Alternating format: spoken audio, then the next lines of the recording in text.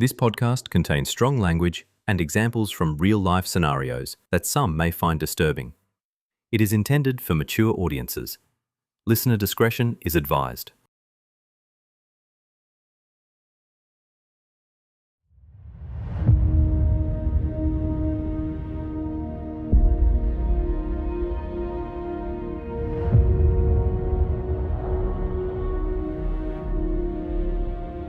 Jace Kelly, Virtus House Kennel Kast.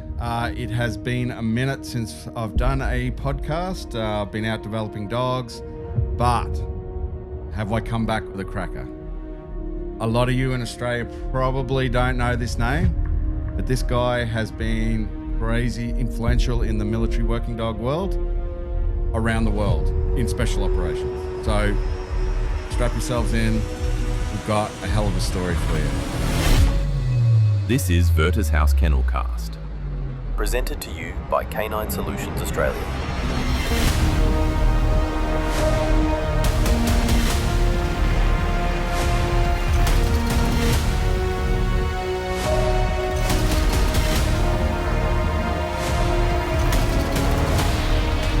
Introducing Shannon Krieger from the unit. That's what I'll say there, the unit.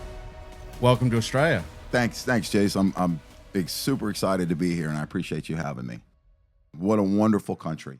It's been a really, really good time, and when I got the opportunity to come here, because this is my first time being here, so I am super happy to be here. Yeah, cool. So you're able to do a couple of seminars with Stoops.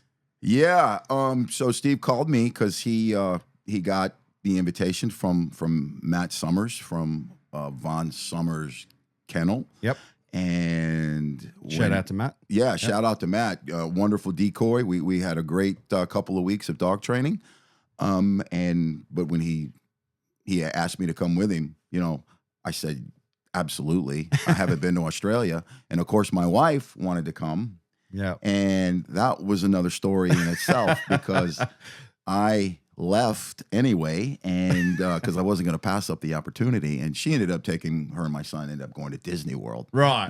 So it's like, oh, you're going to go to Australia. Well, I'm going to Disney, and I was like, compromise. Perfect. Yeah. Thank you so much. Excellent. And how did you find the dogs over here? Actually, I found them to be, we didn't really have a bad dog. Okay. Obviously, when we talk about what a good dog is and what a bad dog is, sure. A good dog and who can do everything that we ask it to do and doesn't have any problems. A lot of times those are few and far between, but for the most part, we had the majority of the dogs that bit well, good control work, good man-stopping appearance, good confidence, and wonderful social dogs. Yeah. And didn't feel threatened at all. Good. No one wants to work with a bunch of handler eaters. Yeah. Nobody really wants to do that. And I didn't feel that we had any of that. There were a couple that, I would not have been. A little bit dicey? Yeah, I would have had to take a second look at. But, for the most part, they were really nice animals. They were really nice canines. And, it's such a really good dog place. Yeah. Here, everybody was enthusiastic and everybody wanted to work, and it's such a breath of fresh air to come to a place that you've never been to and see that type of enthusiasm. Yeah. Whatever it is you guys are doing, keep doing it. Yeah. Because it was a ton of fun. It can be tough being up front instructing when you've got this wall of silence in front of you, eh? Yeah. We had this conversation a moment ago. I work generally with military, police, government, and working with some non-military police and government is sometimes a bit of a stretch for me. I haven't been in that, used that demographic very often. But it was okay. They were certainly enthusiastic. Yeah. You get a lot of the I love my dogs, and we all love our dogs. My dog this, my dog that. But I think they got the point. Okay. I think they did. And if we hurt feelings, I apologize. I'm going to apologize for my partners. Sometimes line crossing jokes. But the amount of dad jokes going on were pretty crazy. well, look, if you're not going to have fun working a dog, there's no point in doing it. Yeah. There really isn't. And Steve he makes it fun for everybody. And if he can keep you laughing, we can cover up our mistakes. Indeed. So it's like, I'd rather laugh than laugh and work a dog, and then laughing and working a dog. Winning. Yeah, it's a winning combination. Yeah, well, I was able to go to your second workshop or seminar, whatever you want to call it, and you certainly had that crowd engaged. So congratulations on that. Congratulations on a very successful trip out. Thank you. Yeah. Thank you. It was, like I said, it was tons of fun. And we steal everything. Yeah. So we learned a lot about, dogs too. And of course, we're going to say we made it up when we go back to the States. Of course. And I hope everybody does that. I hope everybody steals what we have to offer and say it's theirs. Yeah. I'm okay with that. Yeah, I think, I'm comfortable. The biggest form of flattery is, somebody stealing your information or stealing your technique or whatever. Well, so just wait till please steal away. Wait till you see the Jason Stoops seminar coming up. Okay. So, I might invite you over. Oh, So. I hope you do. Good. So, if everything goes to plan, you are going to hear from me not much, because Shannon has got a story, which is his life, that is, I never realized how influential it was on this military working dog realm that I was in until I started hearing his story. It's crazy. Everything's linked, but you just never know where things are born and where they come from. So it was kind of really, it was a surprise, and it was quite refreshing to hear where some things grew out of. So strap in. We're going to start with his time pre-defense or pre-military, and we're just going to take it from there. Let's do it. Okay. So I was born in New Orleans, Louisiana, and had a wonderful. I have two brothers, a sister, two brothers. I had a wonderful family. My father was an orthopedic surgeon. I didn't want for anything really, but I was always in trouble. I played Army growing up. I played Army when I was in high school. I was heavily involved in martial arts. I was heavily involved in boxing. I was heavily involved in contact sports. And here's the funny one. I ended up playing tennis as my primary sport, and ended up going to Florida State University as a Division I tennis player, and had a wonderful time. My first experience with dogs when I was in high school was I went to, police departments put on expositions or we call them dog and pony shows. Yep. Kind of a capabilities exercise. Yep. And the local police department, St. Tammany Parish Sheriff's Office, had a bite dog, and they asked for, in those days, that was just, 30, 40 years, and actually almost, 40 plus years ago, you could ask somebody in the crowd if they want to volunteer and get into a bite suit. Then nobody is going to have a problem with it. And hands went up and mine went up, and I got chosen, and I got put in a bite suit for the first time. And from when I took my first bite, and I ended up taking about 5 or 6 bites that day, and absolutely thought it was the coolest thing you could ever do. Was to see an animal, see a dog that I grew up with all dogs, but to see a dog come up and bite you and do the things that they do, and you've got somebody standing over you, making sure that you're okay and all this kind of stuff. And it was like, by my second or third bite, I was like, leave me alone. I got this. Yeah. I know what you want me to do. And I did it, and I absolutely loved it. And I ended up going away for college. And when I did, I never saw a bite suit again. Yep. Until I got back into the military. I played, tennis in Europe for, a couple of summers. So professionally? Yeah. I guess if you say I played for money, if that's the definition, Yeah. I was probably what you call a semi-pro. Okay. You know what I mean? Okay. I lost a lot. Couple removed. Yeah, I lost a lot. In Europe, they have what's called the lucky loser. So Okay. sometimes I got to continue to play as the lucky loser. So, but it was, I got to travel. I got to meet a ton of people. I got to see a lot of stuff, and there was always a dog thing going on in Europe because it's so big there. Yeah. And my plan was always going to be in the military. Always. I got a question. Yeah. So you seem like I wouldn't say privileged, but your father was a surgeon. You're on a professional sporting circuit. That is not normally what you would link up with a military career. No. For some reason, at a very young age, I was the person who was always getting dirty. And I mean, in a sense, I was always hands-on, always in the middle of it, always, always arguing, always fighting.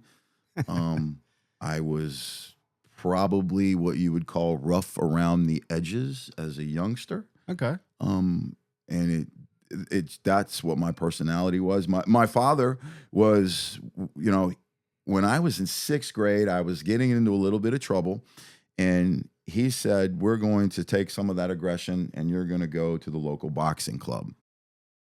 That turned out to be a mistake because it just made me better. Yeah, yeah. Yeah, I loved contact sports, and the local newspaper did a news article 50-something years ago, and I tried to equate martial arts and kickboxing and boxing and tennis with running around smashing stuff. Yeah, and that's kind of how my brain worked.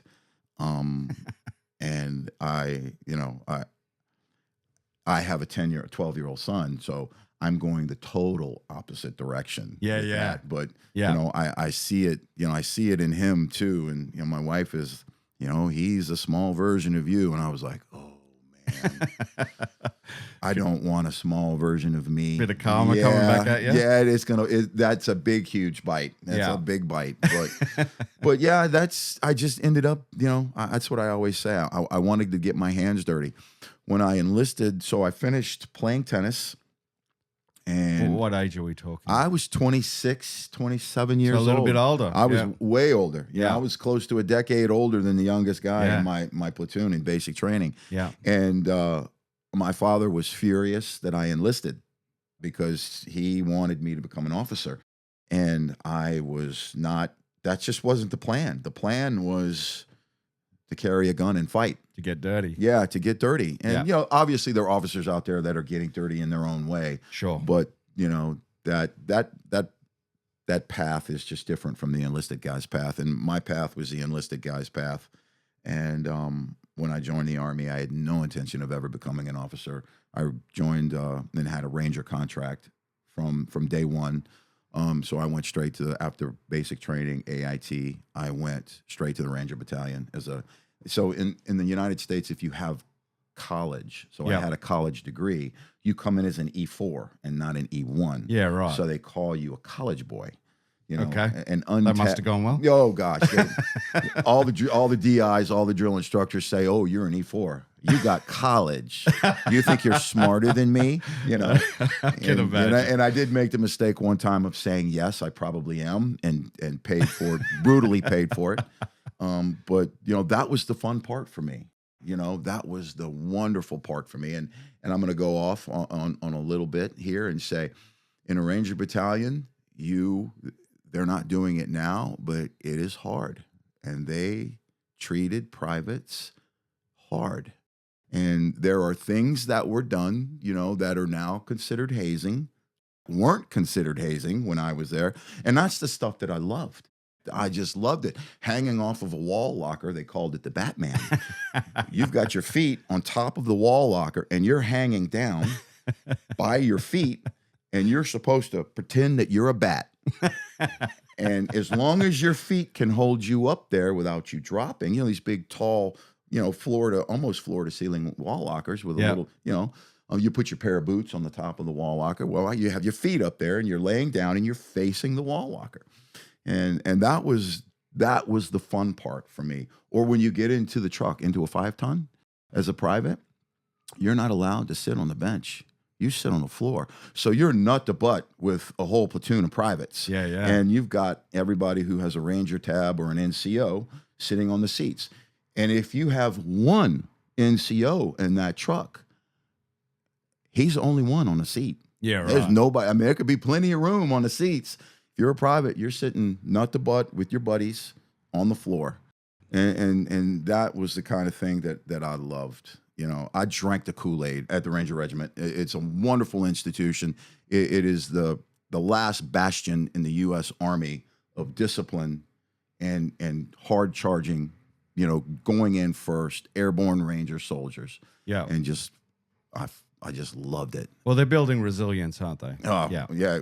You know what? Like I said, I drank the Kool-Aid. I would have done anything they asked me. You do push-ups, you throw your feet up on a wall. Yeah. You don't do a normal push-up. Yeah. Your feet are going up. And that was the way that we got back at everybody, because if there's a bulletin board on the wall, I'm going to run over to that bulletin board and throw my feet up and knock everything down off that bulletin board and just get everybody pissed off and yelled at you even more. Yeah. But that's what they were looking for.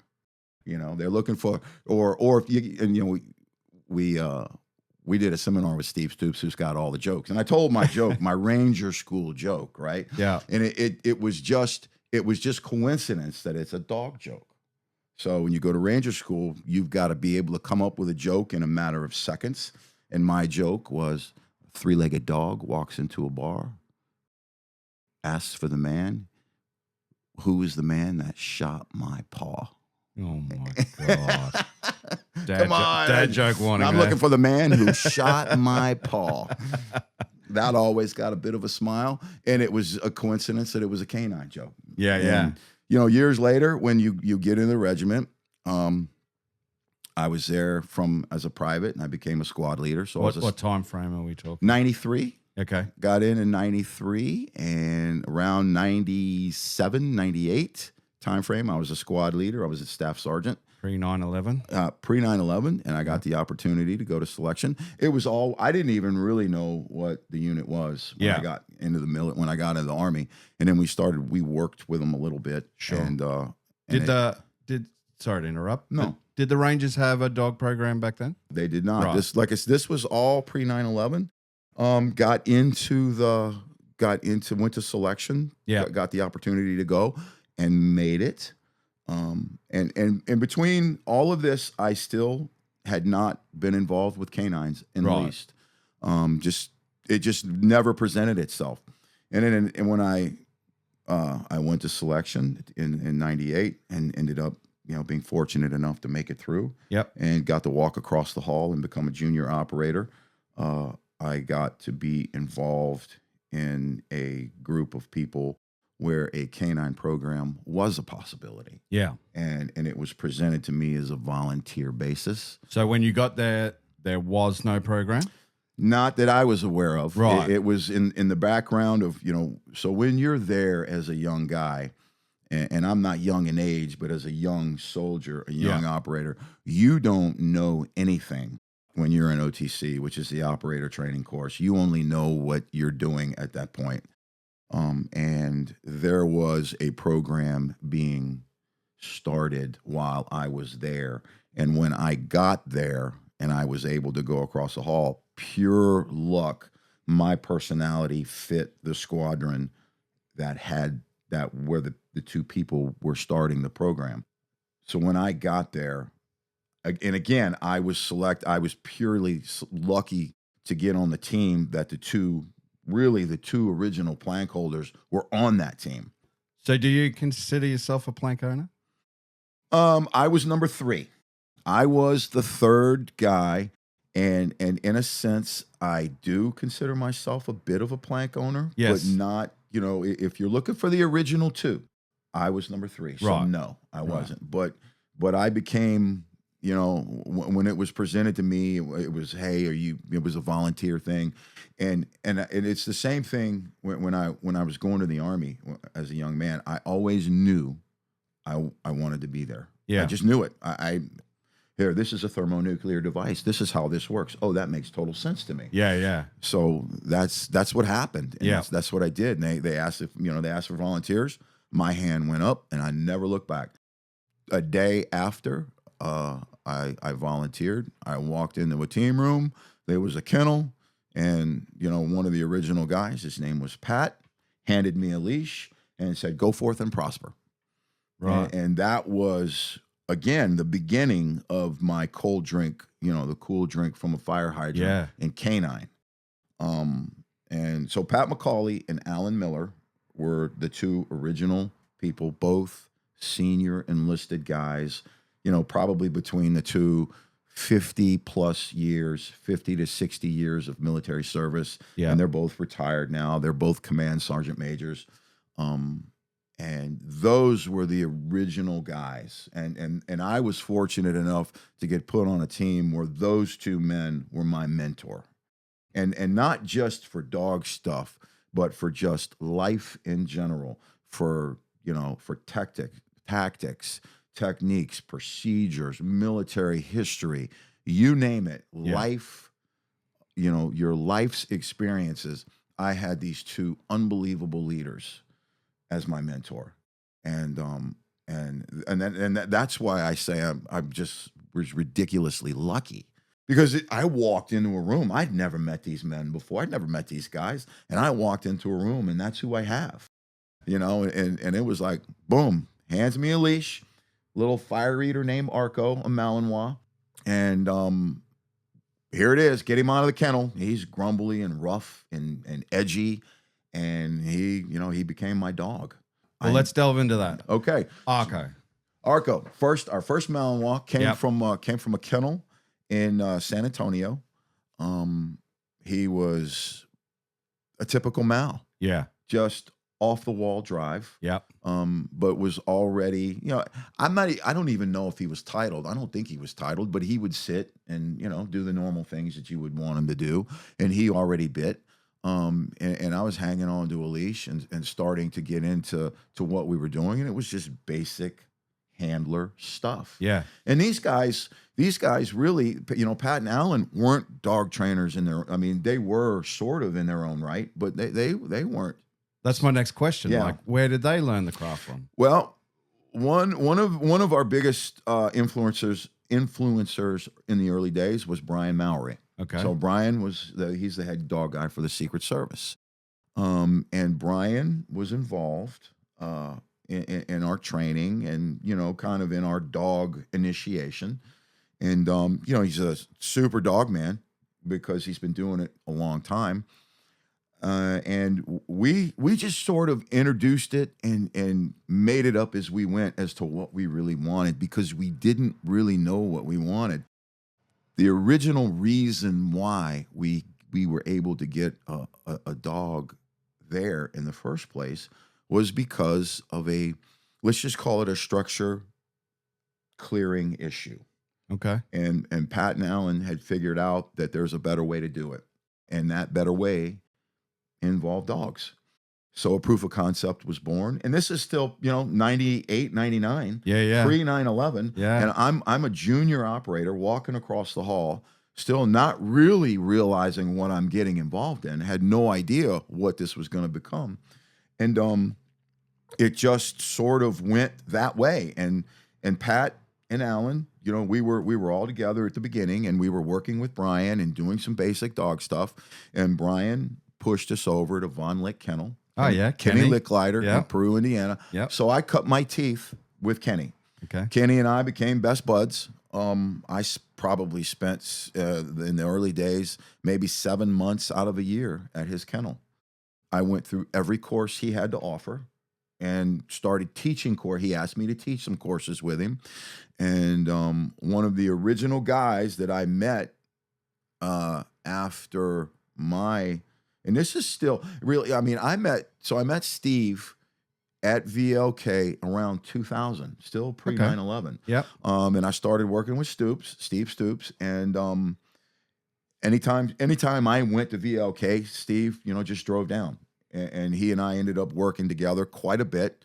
And he was a police canine And yeah, handler. Steve Yeah. was a cop. He Yeah. was a canine cop.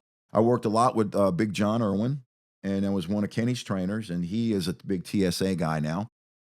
So John taught me a lot. Really good dog guy, and the patrol work was sort of, it was easy, but the detection stuff was really what I sort of liked. It was it was just different from bite stuff. Bite Yeah. stuff is really, that's the sexy part of a Yeah. dog. But it became, as we got further into our program and we started understanding capabilities, we really kind of began having epiphanies as to what we could do. Yeah. I was in Salt Lake City, Utah, again, pre 9/11, and I was working with South Salt Lake City Sheriff's Department, and I ran into this man named Lane Kreitzer. Lane was a SWAT guy, and he was also a dog handler. He was also their lieutenant for their dog unit. So all of his canine officers, and there was 3 or 4, but they were SWAT guys. And that's where I really started to my blinders really opened up, because it was I did a bunch of work with Lane, and I started to see what he was doing with as a SWAT capability, and when I looked at that, and we went on a ride along, and he had his dog in the car, and there's a guy with a knife in the kitchen, and we're coming to the back door, and I'm standing right behind. I'm wearing a sheriff's jacket. Sure. Had to sign a little waiver in the car, and I'm sitting there, and I'm looking over his shoulder, and there's a guy in the kitchen. He's got a knife, and he says, "What, are you going to kill me?" and making all this stuff. And then the other side of the room, he's got a SWAT officer, and there's two guys stacked on the door, and they have a dog that's going to lead. We have a dog on this side. And the guy ends up laying sitting right there, and he's got a shotgun with balloon rounds in it. Yep. And the guy looks up and points the knife, and I'm just looking over, and Lane just turns right around and blasts this guy 3 times. Bang, bang, bang. Just shoots him 3 times, and I was like, "Where's the dog? Send the dog. Send the dog. Yeah. Send the dog." And I'm over his shoulder, literally. Lane has to go, "Get back. and I'm telling him, send the dog, because I just wanted to see it. Yeah. And they did this, other guys come into the room, and the guy goes to the hospital and whatnot. But as I'm standing at the breach point, Yep. it all begins. I got it now. Now I know what I want to do. And I worked with Lane a bit more. We worked approaches and being quiet and that kind of thing. And that's when, because Arco wasn't quiet. He was a pain, really, because it was pull, tug. It was typical mouse stuff. But that's when you start to see how you want control, and that controlled chaos that comes along with doing close quarter battle, and how you can implement a dog into that scenario. And that's where it began for me. And this was still 2000. Pre 9/11 still. Yeah. So we go, I go back home, on the infamous day on 9/11. I was at the vet, Alan Miller. We both had our dogs. He had a dog too. He had a black Dutch Shepherd. Those were our only 2 canines. And we were at the vet's office, and I remember it like it was yesterday. We were watching the towers go down. We're watching the planes hit the towers, and we're like, is this really going on? Yeah. Pagers go off.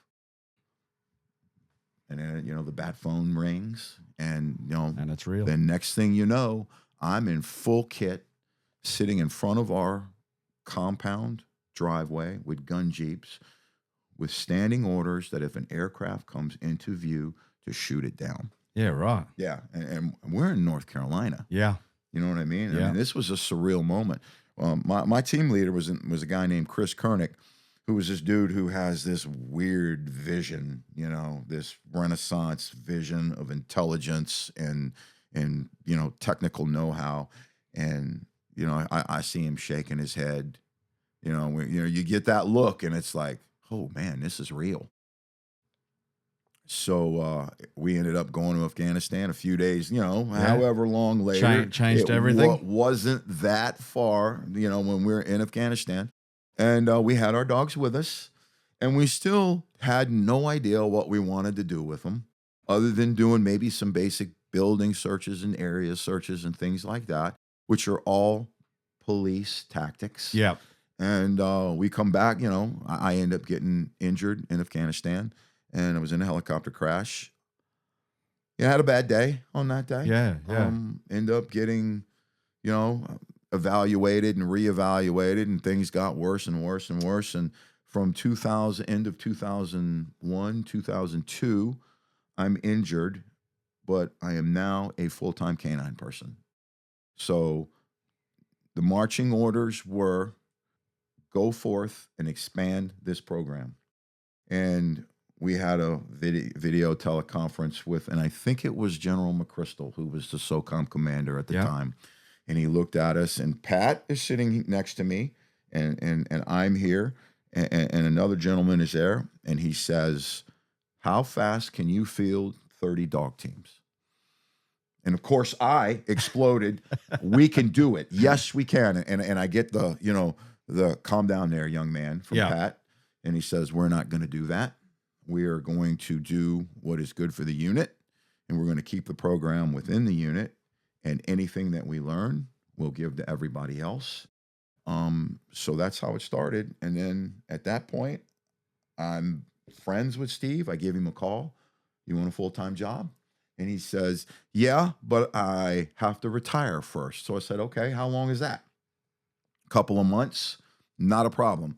I was also courting another gentleman from Colorado. His name is Roy, SWAT cop, dog handler. Okay. End up hiring Roy first. Stoops was the guy I offered the job to first. Roy got the second offer, came in. He's our quote unquote master trainer kind of guy. And we're now going from, at this point, we're from 2 dogs to say 6 in a few year period, to where we've got other dog handlers involved, all right, other volunteers. So we run our first unit course at VLK. Okay. That was our first time. So we had about 8 dogs now. All right. Or 6 dogs now. We went and bought 4 or 5, bought 5 different dog handlers over there. So now we have me and Pat, or me and Alan, and 4 other guys. So we have a 6-person dog team. Yeah. A dog program. And what is the buy-in from the squadrons? Because I know that these things don't go smoothly, and oh no, it was a hard sell. Yeah, it was a hard sell. Yeah. The first time that we had introduced that program. Again, this was pre 9/11, and we were bringing Bart and Arco everywhere within the building. Yeah. And it's like, what are these dogs doing here? I don't want these dogs around here. Get them out of here. And at one point, Pat received so much pressure from some of the other squadrons that he told Alan, because I was off doing something else, he told Alan, get out, take the dogs and leave this compound for a few months and let all this die down. So Alan went off and was dog training with Brian Mowry, with Kenny Licklider, doing all this cool stuff. Yeah. I was off doing something else, and we had to leave because they were not really popular. Yeah. I mean, we were idiots about it too. We would go around, walking around our compound, which is a big complex, walking around with our dogs and muzzles and having our friends jump out at us. Sure. So we think we're practicing what we're going to be doing. Yeah. So now we've got dogs that are just muzzle striking anybody who comes around them. Yeah, literally, we knew nothing.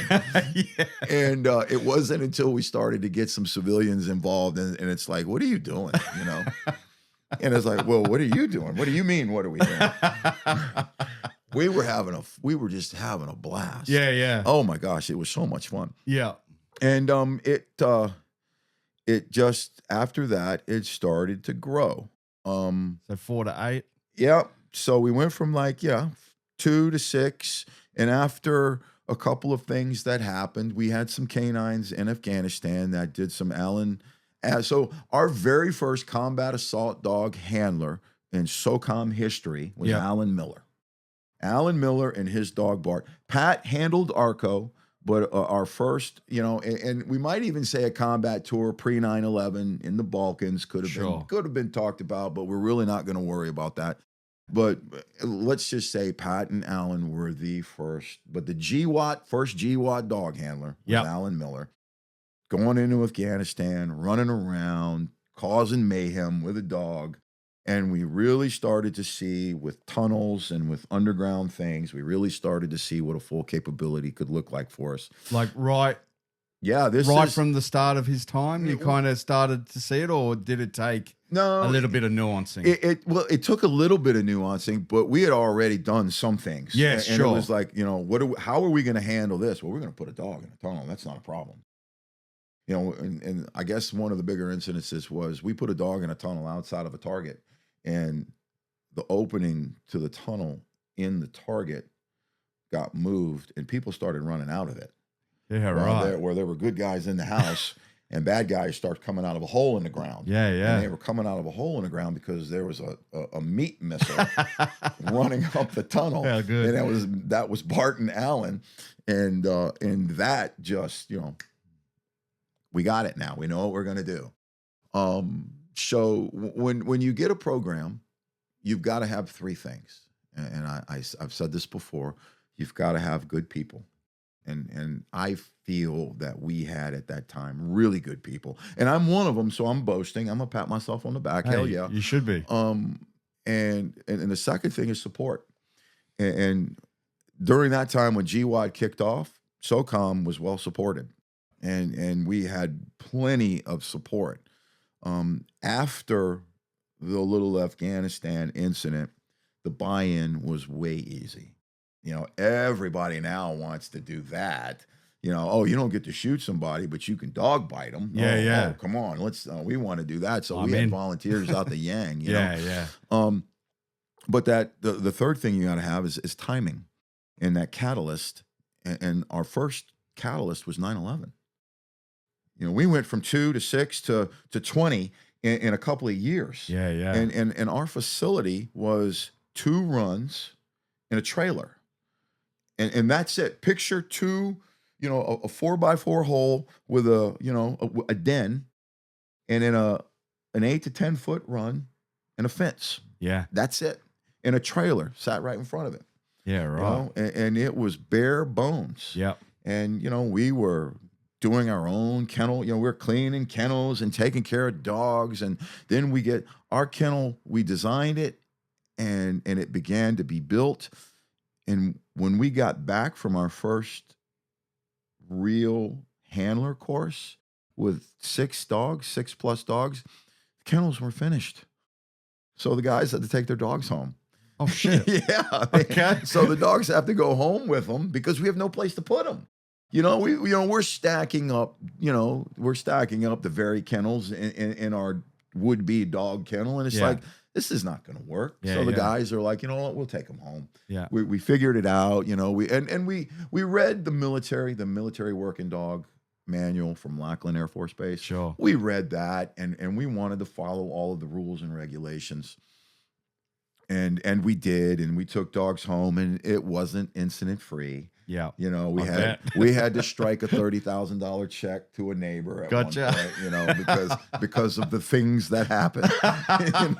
With bite dogs and neighbors. And neighbors that are being just neighborly and bringing a garbage can up from the street and ends up in a garage at the wrong place in the wrong time, where the kitchen door happens to be open, and it's like not really a positive experience for a young dog program. Yeah. But we had, like I said, the support was tremendous.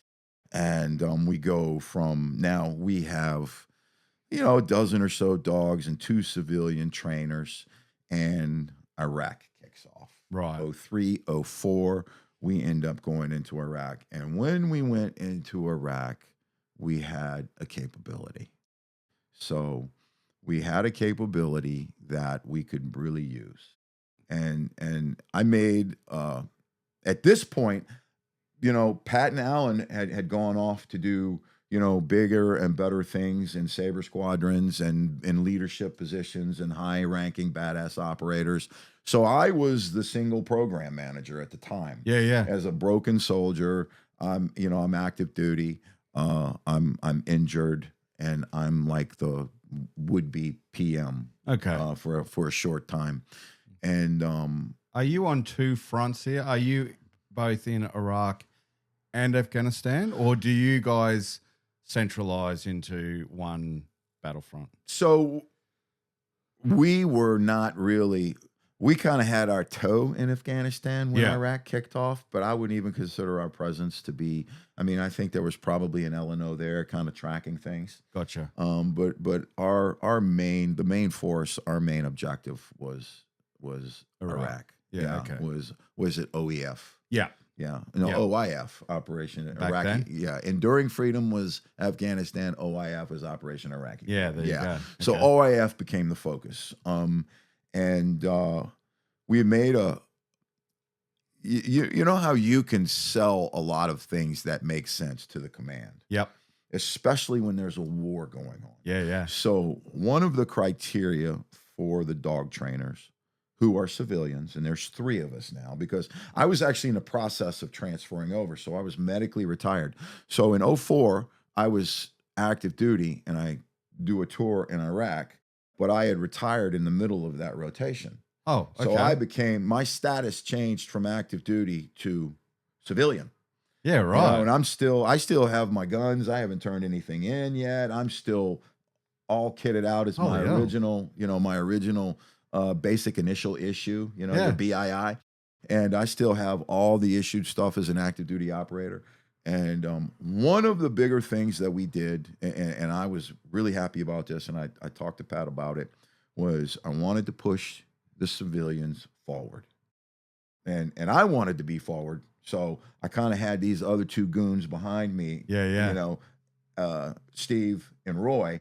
Kind of had to drag them with me, but because I'm a former unit member at this point, I'm a unit member, so I'm okay. Yeah. Everybody knows who I am, and SOCOM is operator centric. Yes. Everything revolves around the operator, As it should be. and as it should be. And it's really funny that without operational personnel, everyone else does not have a job. Period.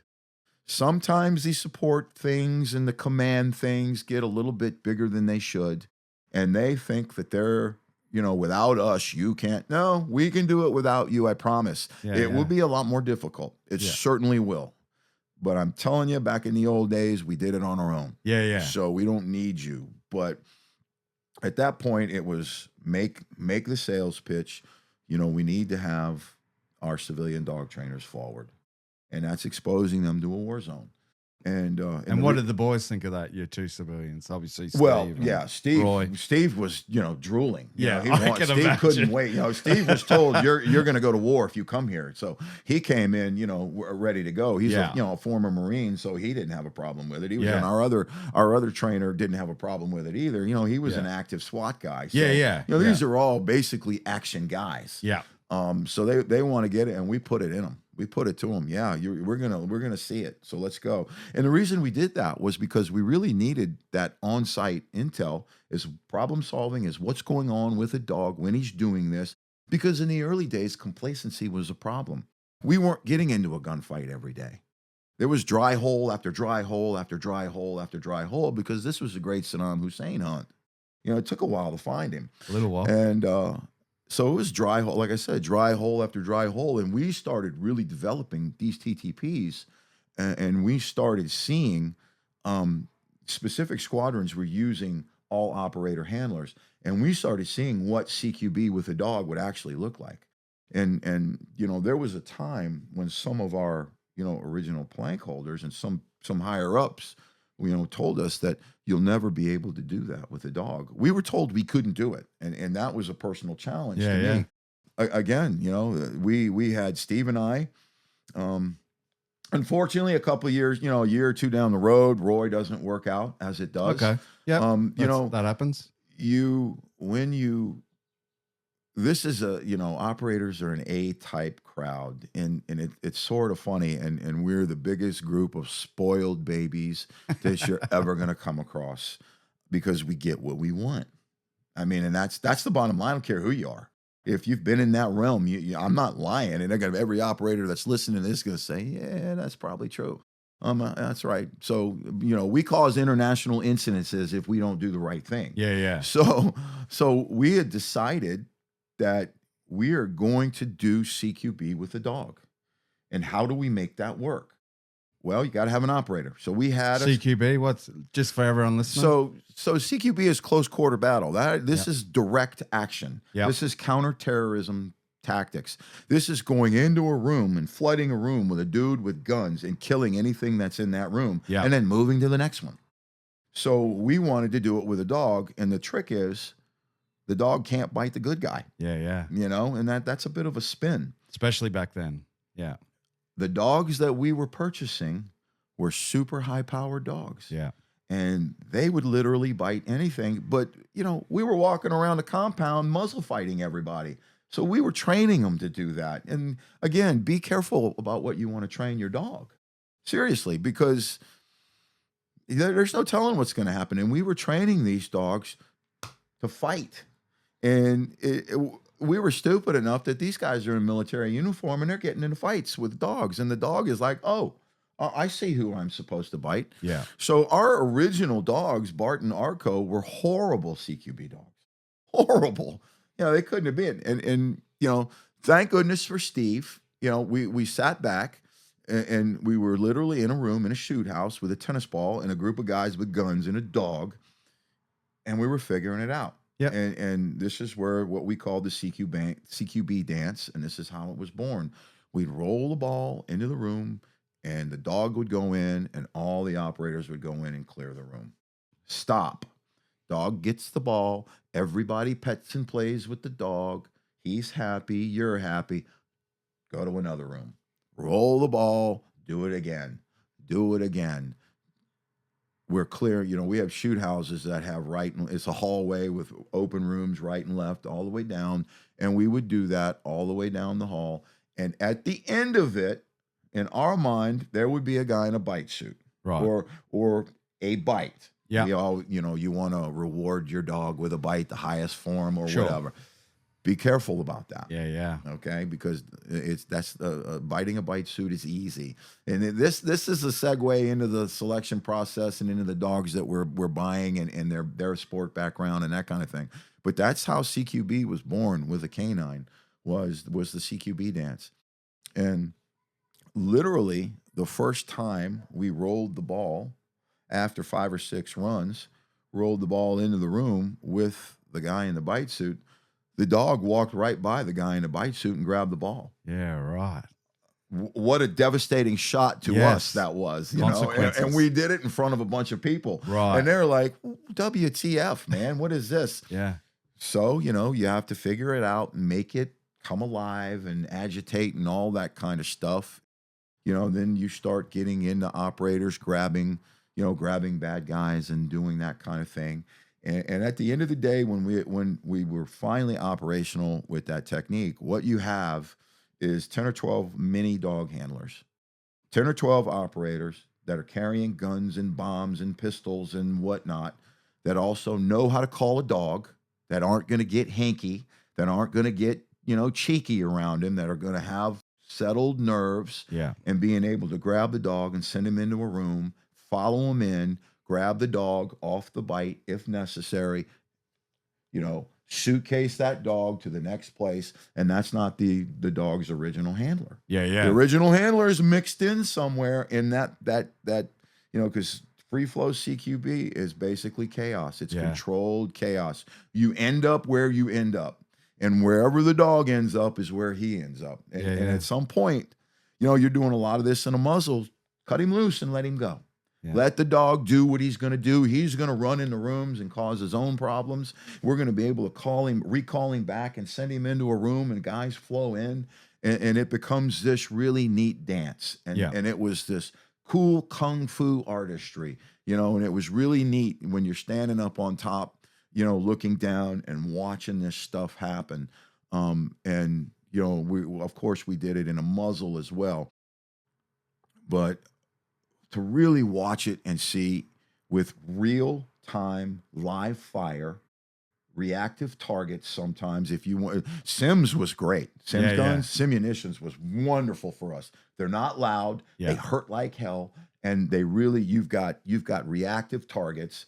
And that was just a gift for us. Yeah. So that's how that developed. And along with that, we're still working explosive dogs as well, because these were dual purpose dogs. You're going to run into a lot of IEDs. I used to tell everybody, if you're not finding IEDs in Iraq with a dog, you're not looking, because they're everywhere. Yeah. I mean, I've got well over a dozen bomb finds. Yeah, right. And with a combat assault dog. Yeah.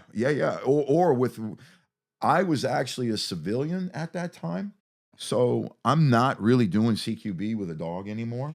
So I've got a second dog on a target, because as a former unit member, I'm able to do that just by luck, I guess. It's Shannon, we know who he is. And I would volunteer. The majority of my dog handling, I supported everybody. I pimped myself out to the SAS, to the Rangers, to Green Berets. Anybody who would have me, I'm going. And it's usually me and maybe one other dude who would be like a security guy. Usually it was an operator. And we would just go. We had a little team called Team Solid. It was a buddy of mine. His name is Chili. And senior guy, fantastic guy. Yeah. And he went on all kinds of stuff with me. He was kind of my catalyst to be able to go out everywhere, because as being a civilian, that's sort of tricky. You have to kind of be careful. But so that's what we were doing. We were just going out and supporting everybody, anybody and everybody. And when we did that, supporting with TF SAS, they start to see our capability. Yeah. And now they want dogs. So Steve and I, in, I want to say 05, 06 timeframe, somebody in there, we host our first training course for the SAS. They send over 3 blokes, 2 sends over 3 guys. Yep. 3 operators, put them through their course, a 12-week course, have a ball, great time, purchase their dogs, do all this stuff for them. And they go forth and prosper. The Rangers did the same thing. Some of their command comes over to us. We tell them the do's and the don'ts and the whys and the why nots. They start their own program. Green Berets, same way. MARSOC, the same way. Our marching orders were basically, it's our charter, was to share our knowledge with everybody. We're not going to do it for you. You're going to do it for yourself. But we will tell you what we did well and what we didn't do well, what failed miserably and what didn't fail miserably. And that's when, this whole thing really exploded. And it exploded for a couple of reasons. Number one, the capability was quite successful. But secondly, from 05 to 09, a lot of boys were getting killed. A lot of gunfights, a lot of stuff, a lot of bad stuff happening. And we had multiple occasions where dogs were the hero of the day. Sure. And they were big deals, and we used them as a catalyst. Yeah. To just launch us forward. One of our bigger catalysts in the early days was we had our first Belgian Tavern.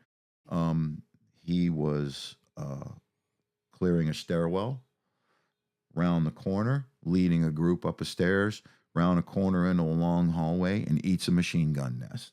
Dog gets just killed immediately. Yeah. Boys up the stairs stop, pull back, and handle the problem a little bit differently. Yeah. And when they got back from the rotation, there was these 2 guys. One of them was a really good friend of mine. He walks up to me and says, "Thank you, because I wouldn't be here right now if that dog wasn't there." How impactful, eh? Wow, this has never happened. Yeah. So that was a big deal for us. Yeah. And I used it. I sold it. We saved a life. Yeah. More than one. So, yeah.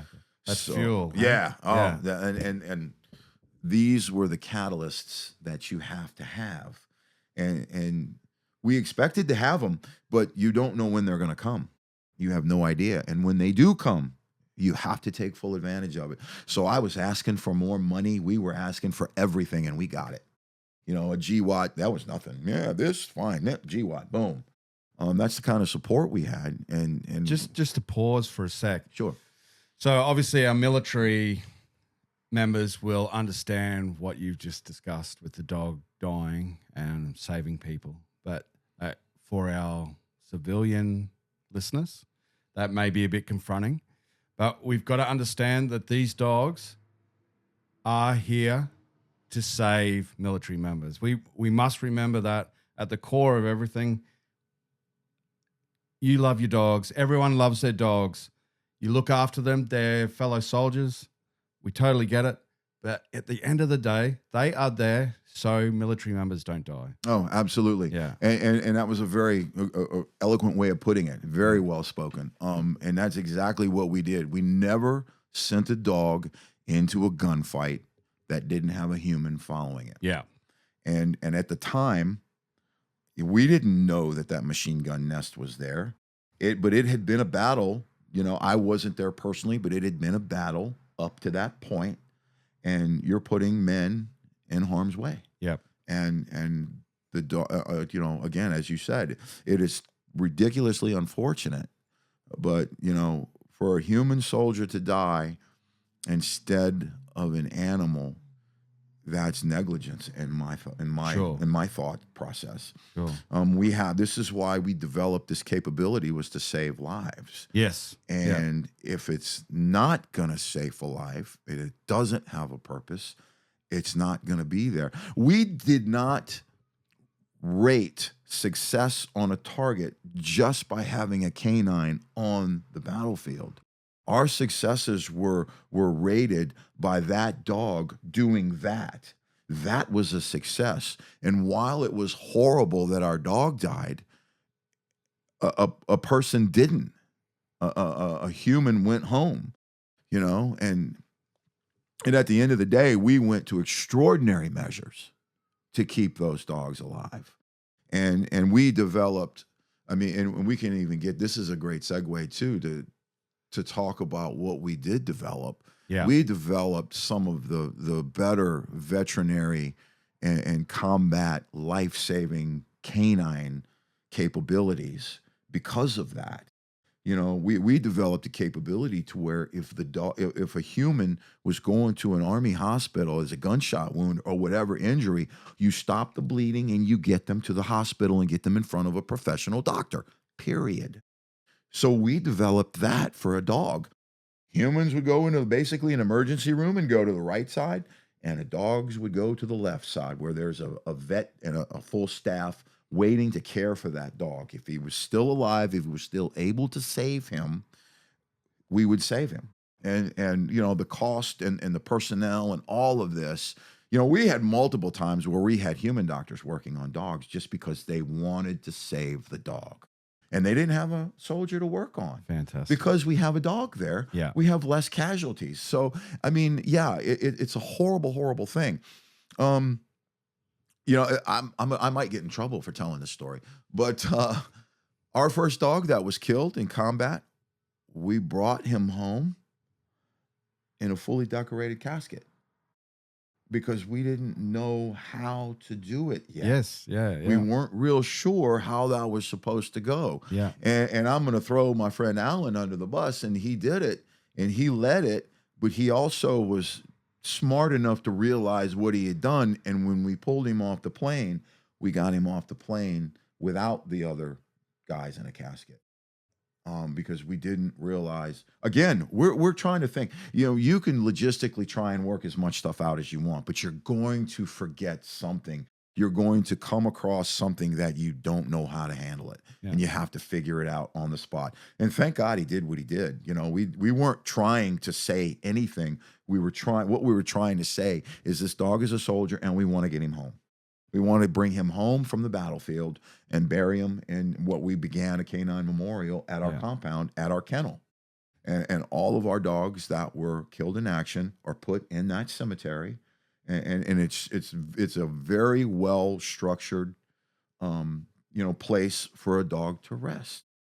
And we built that for that very reason. And it happens, in those bad war years, starts happening more and more and faster. So what we ended up doing was cremating the dog on site. Go to a crematorium, and this is how we're going to do this from now on. Yeah. Because we can't do the official hurrah, hurrah, hurrah. No. That's just not, it's not the right thing to do. And that was common practice across the board. Exactly. Yeah. So, but that's how we figured it out. Yeah, It was like, you can do it that way once. Yeah. But the next time, because we're not going to dishonor or even remotely think that they're going to be put in that, that kind of traditional bringing a soldier home thing, because of the fact that they're a dog. Yeah. We weren't even gonna try and argue that, because that's just how we felt. We were like, there's too much respect for that for somebody who pays the ultimate sacrifice. We're gonna do it another way, and we did. But that happens when you're treading new territory. Oh, we were we knocked on a door we had never been to, and we looking back on it in retrospect now, it's 2020. Is why didn't we think of that? But nobody was getting shot at, so nobody was getting killed yet. So when that all started, a whole heap of things began. We had a vet tech. Her name was Laura Miller. She was a senior vet tech in the Army, and she was instrumental in doing so much of the veterinary. How do I word this? The expansion of veterinary medicine in a combat zone. Because she was unbelievably good. She was senior, she was experienced, and she was a killer. She was a go-getter. She wanted to be where she was. She came forward with us. She set things up. She didn't take a lot of stuff that an enlisted person would take. She put up with it, and she dealt with it, and she made it right. So she went forward with you guys. Oh yeah, and she kind of invented this stuff. Wow. Where you're going into a place and if for care for a combat assault dog, a combat wounded dog, care for that dog on site was kind of her thing, and she and there were some vets involved too, obviously, but she was the one who was leading the charge. And we had dogs that got hurt that got saved because of what she did. She set up a way for us to go to a combat zone and tap into the local military working dogs, the regular Army, to where they would come in with 6 or 7 dogs for a transfusion if needed, just by almost a hit of a button. It wasn't even an ask. They were coming. Yeah, good. They were coming to save a dog, and we in turn did whatever we could do for them. That's we cut a deal with everybody. Hey, you want some steaks? You want some free whatever? If we can do what, if you help us, you scratch my back, I scratch yours. Yeah. I would go to the local EOD guy and say, what are you finding? Show me what's been categorized. What's the IEDs look like? He'd give them to me. Yeah. He'd give them to me, and I'd go train with them, bring them back. We make them safe and do all what we're supposed to do. Of course. But that was the mindset. That was the attitude, was get out in front of it before it happens. And after that, our first death, that's what it was. Get out in front of it. That was the catalyst for us about getting out in front of things. Stop being stupid and start thinking about everything. It's time to put on the big boy pants and realize what we're doing. And we sort of, that's kind of what we did. And, it all, the evolution is really funny. And let's talk about our canine selection process. Sure. So the canine selection process went from hiring these big, huge killer dogs that would bite anything and everything.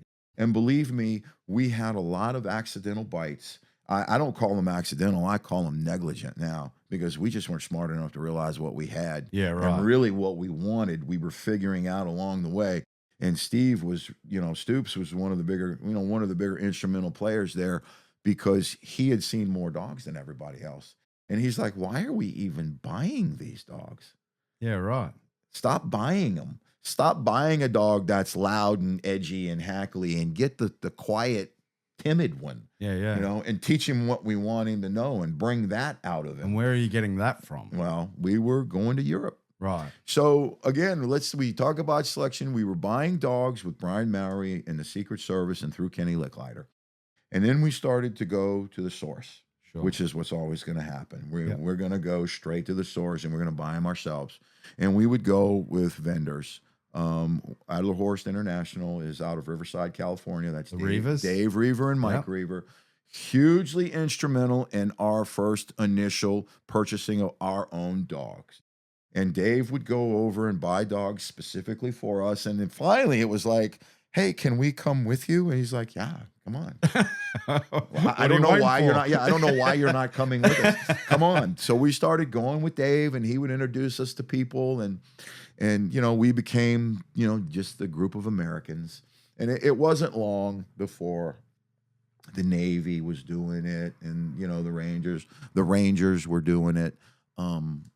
Everybody is inundating Holland and Europe looking for these dogs, and the cost of the dogs skyrockets.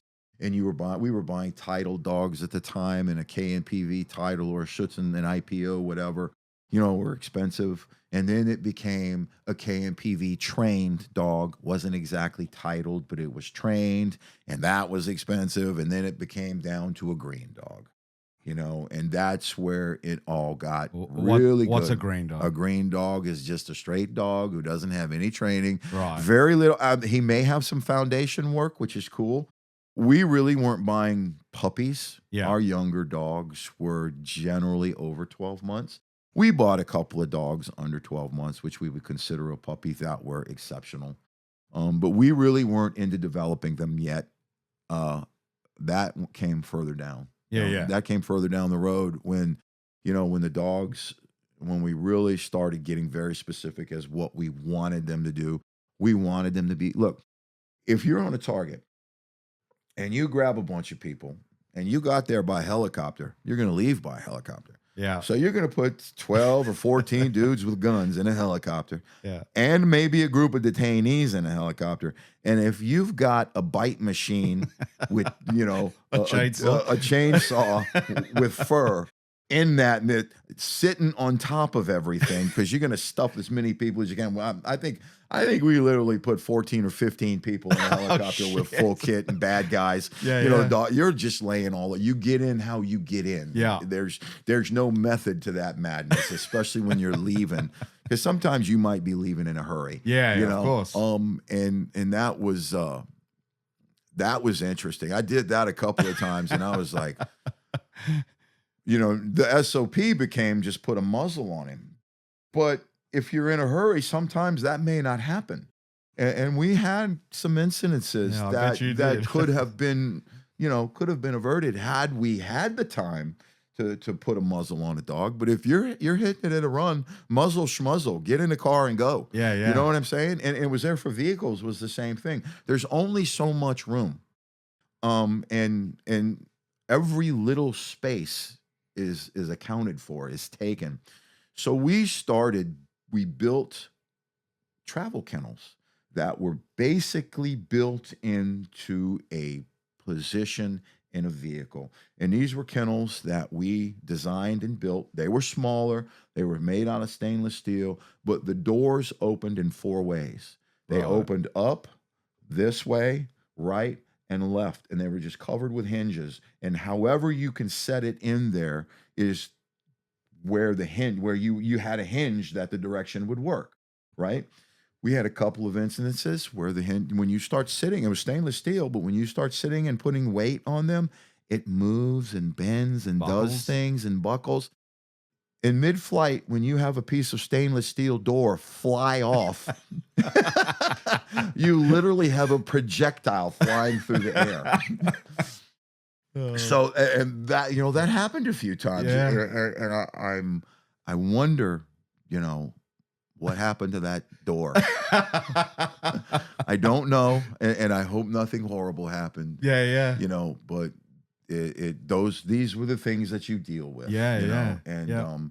And those were those, but it was fun times, because we were breaking ground Basically our dogs were dual purpose dogs. Most of them, some of them tracked. Okay. The majority of them would do bite work, or all of them did bite work, patrol dogs, and some of them were bomb dogs. A lot of the straight CADs were just combat assault dogs. They were just manhunters, and they were fantastic. The most successful squadrons were the guys who had operator handlers and who loved their dogs. You would go into some of these bays and some of where they were living, and the dog was with them, and everybody was involved in it. B Squadron was ridiculously successful in that way. They had guys, you could come in and walk through their area, and somebody would be sitting, 3 or 4 guys would be sitting on a ground, just waiting or just doing whatever, and they'd just be passing the dog back and forth, playing with them, hugging on them, loving on them, playing tug with them. Yeah. And those were the guys that were the most successful. They had really good successes in man finds and bites. They had the fewest accidental bites. Yeah. They had some bad ones, but it was the connection and the dog selection that really brought us out of that. The canine team leader became a super important person in our program. And those dog handlers, those operator handlers became ridiculously important as to the direction in which we're going. Because again, if an operator says, I need 6 orangutans on a target, my first question is, well, how many and what color? There's no, why do you need that? That's not how it works. Absolutely not. It's get it done. And that was the mentality of it. And we did that. And by doing that, the payback was positive. If we ran in, some of the squadrons didn't do as well as some of the other ones because of, the operator handlers. And look, not every operator is going to be a good dog guy. We preferred, B Squadron had volunteers. And if somebody is assigned a dog, it can be great. There were a lot of times where the assigned guy was a wonderful dog handler. But there were also times when the assigned guy, it was a struggle. And because of that, you got to weigh it. You've got to look at it and figure it out and just make it work. Because in the end, he's still going to handle a dog. And we still have to make that work. And the demands from our spoiled group of killers, it's like, well, I want him to do this and I want him to do that. And it's like, oh man, the headaches. I really want to help you. Yeah. I really want this to happen. But what you're asking is just too heavy a lift. Yeah. And then he's going to be mad. And it's not going to work out well or whatever. But we tried. We did the best that we could do. When you were going out on hits in that time, did the dog become the dog must go, or was it depending on who the target was? So in the early days, you do not make an assault tactical plan fit a dog. It's vice versa. The dog fits whatever the plan is. So that's how we handled that. And when the call out became popular, giving the bad guys a chance to vote, it became a dog war. Right. It really did. And again, this was why we went to law enforcement, because law enforcement was basically already doing this, just at kind of a different level. Yeah. And what we did, it's an escalation of force. You make an announcement, come out, follow the yellow brick road, send in a dog. You make an announcement, you don't come out, the force gets escalated. You're going to get blasted with something small, then something bigger, and then something bigger until we're going to send a dog. There were a few times where dogs did not go out on targets, on hits, and the boys were pissed. Right. And it was usually just a mistake. It was usually it was a call out immediately. We have to go now. Gotcha.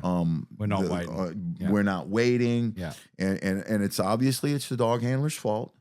And most of the time, these were what we would call the direct support dog guys, the non-operator dog handlers. And the non-operator dog handlers came about because the capability, operators don't grow on trees.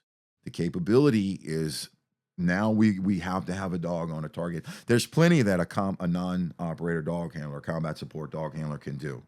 Pre-sweeps, post-sweeps, all kinds of stuff. We weren't walking anywhere without a dog in front. That became the SOP.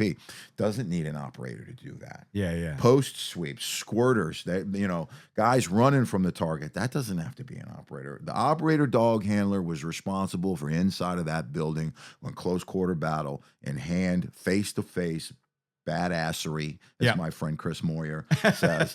And Chris Moyer was like the second GWAT dog handler. Wonderful. He had a wonder. He actually handled Arco right after me. And the second time I was on the training field watching Arco, and Chris walked up to me and handed me the leash back and said, "This is not going to work. This is your dog." That's when you talk about the bond between a dog and a handler. I went out and bought Chris his own dog. Okay. And he, went out and did great things and ended up his dog was lost in combat. Right. But he is one really good dog guy. One of these dudes been there 30 years, but he was a B Squadron dude. And he was there in the beginning because he got, he was right after me. And he was probably the fourth or fifth guy that volunteered for the program. Gotcha. Yeah. Chris and I served in Ranger Battalion together. Okay. And he and I lived together, and he had 2 Dalmatians, and, both of us were taking care of his dog. So he was already a dog guy. And it was, when he saw what I was doing, he was pissed that he couldn't do it too. And I was like, "Look, dude, it's going to expand. You're going to get your shot." Yeah. And he did it. He went out and did wonderful dog stuff. Had his own dog and did really cool stuff with his dog. When do you stop being a plank owner or holder of a unit? Like when are you not in the beginning? Do you have thoughts on that? That's an interesting question because I'm gonna answer this like, when is a woman not your ex-girlfriend anymore and just someone you used to date, right? I don't, is there a time? I think if I had when I left the program, I left in 2000, about 2011, 2012 timeframe. I'm always going to be a quote unquote plank holder, but I'm not a unit member anymore. I'm not a part of that dog program anymore. So I'm not directly involved in it anymore. Yeah. So that's when I'm not part of that program because I'm not there. Yeah. I'm not making decisions. I'm not doing anything. I would love to say I have any kind of influence with that program right now, but I have none. And when Steve was there and I wasn't, it was still kind of I used it as an extension because I hired you, Steve. So guess what you have to do for me? I'm in the loop and we're going to work stuff out and I'm going to say I did it. But so I think that's when you leave. When you leave, if you're no longer a member, if you're no longer a part of it, you're not there anymore. Gotcha. And I never really considered myself to be a plank holder because I was not part of writing the logistics of it, selling it and all that kind of stuff. But I was in a sense because at one point I was the only guy there doing it. Pat and Allen had went off and done better things. And the commander that we had, his name was Pete Blaber. And Colonel Blaber, I walked around basically with a colonel on my back. And people knew that when I came and asked for something, I was like, "Look, you either give it to me or I'm going to go get the gun. I'm going to go get my big guy and he's going to make you do it." And that was the reputation that I had around the building when I was making these ridiculous asks about dog stuff. And can we do this? And how hard would it be to do that? It finally, at one point, it became, "Look, why don't you just get your own credit card?" That's what happened. And I walked up to Colonel Blaber and I said, "Hey, sir, I need my own impact card." He goes, "Okay, make it happen." That's not really that's not the process, Yeah. And when I went to the people who do that, they were like, "You are out of your mind." Yeah. And I was like, "Okay, let me ask you one more time. How do we make this happen?" Yeah. And he's like, "It's not going to happen. Hang on. Let me borrow your phone." Hang up the phone. 10 seconds later, Guy gets a phone call. You MFer. You know, I don't know what you did. I don't know. Okay, fill out a mountain of paperwork, get my own impact card. That's sort of how it went for a lot of stuff for a few months. And those were fun times. But we were baby stepping, but we were stepping into areas that we had no idea what we were doing. Yeah. We didn't have a clue. I guess the follow up on that first question, there were so many people involved in that program that made it work. It wasn't just me. I would never take full credit for any of that. I mean, everybody who played a part in that, everybody who was in that program played a huge part in making it work. You know what I mean? You have to. Yeah. Because there were plenty of times when I wasn't there, and it's still going on.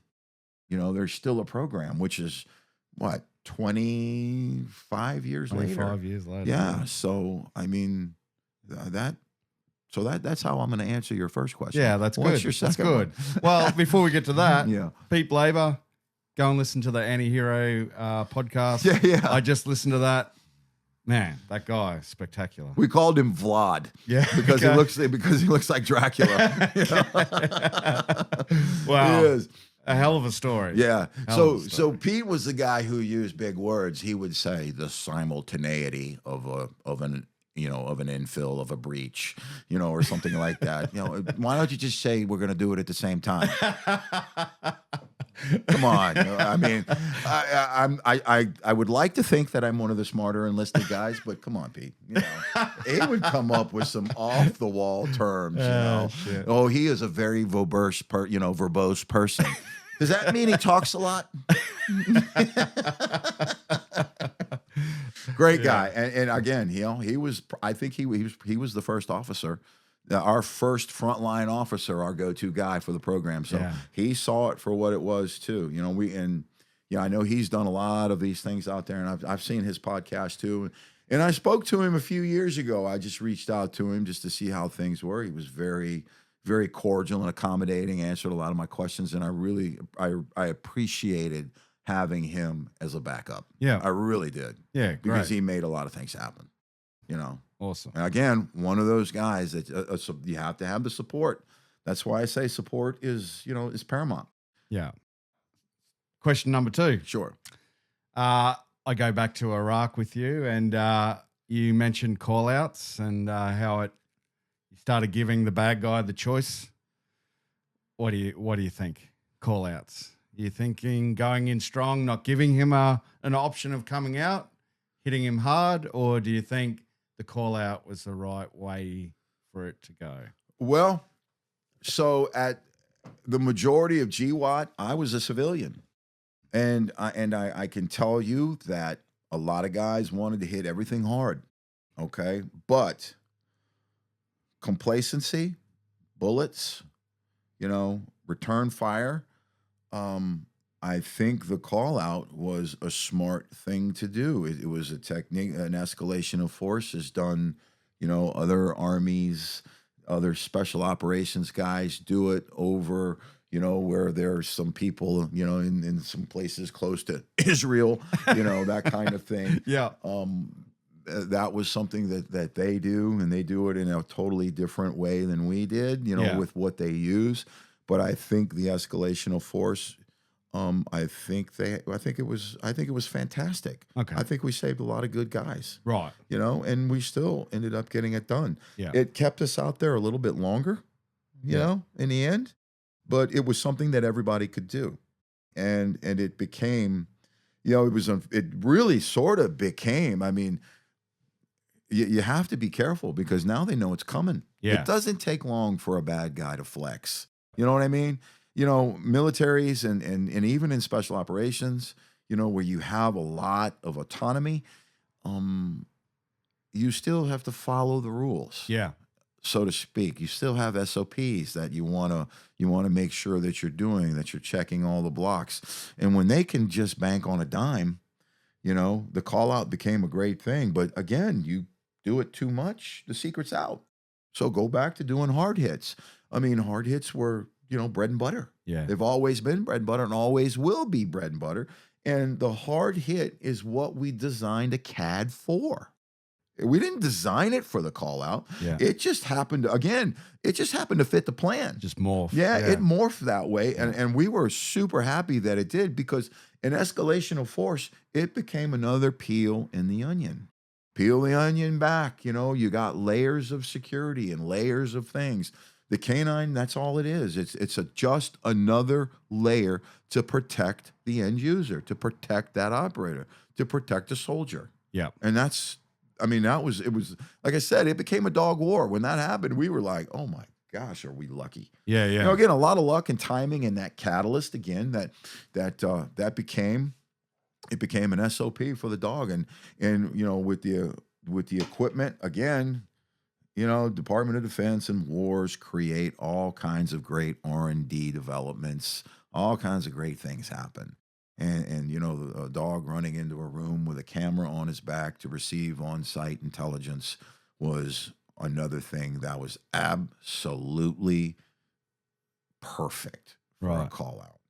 When we're looking into a building 3 or 4 rooms deep, and we can either see people, or you would watch a dog go into a room, come out of a room, go into a room, come out of a room, go into a room. Gee, he doesn't really like that room. There's a dude in there. Okay, let's figure it out.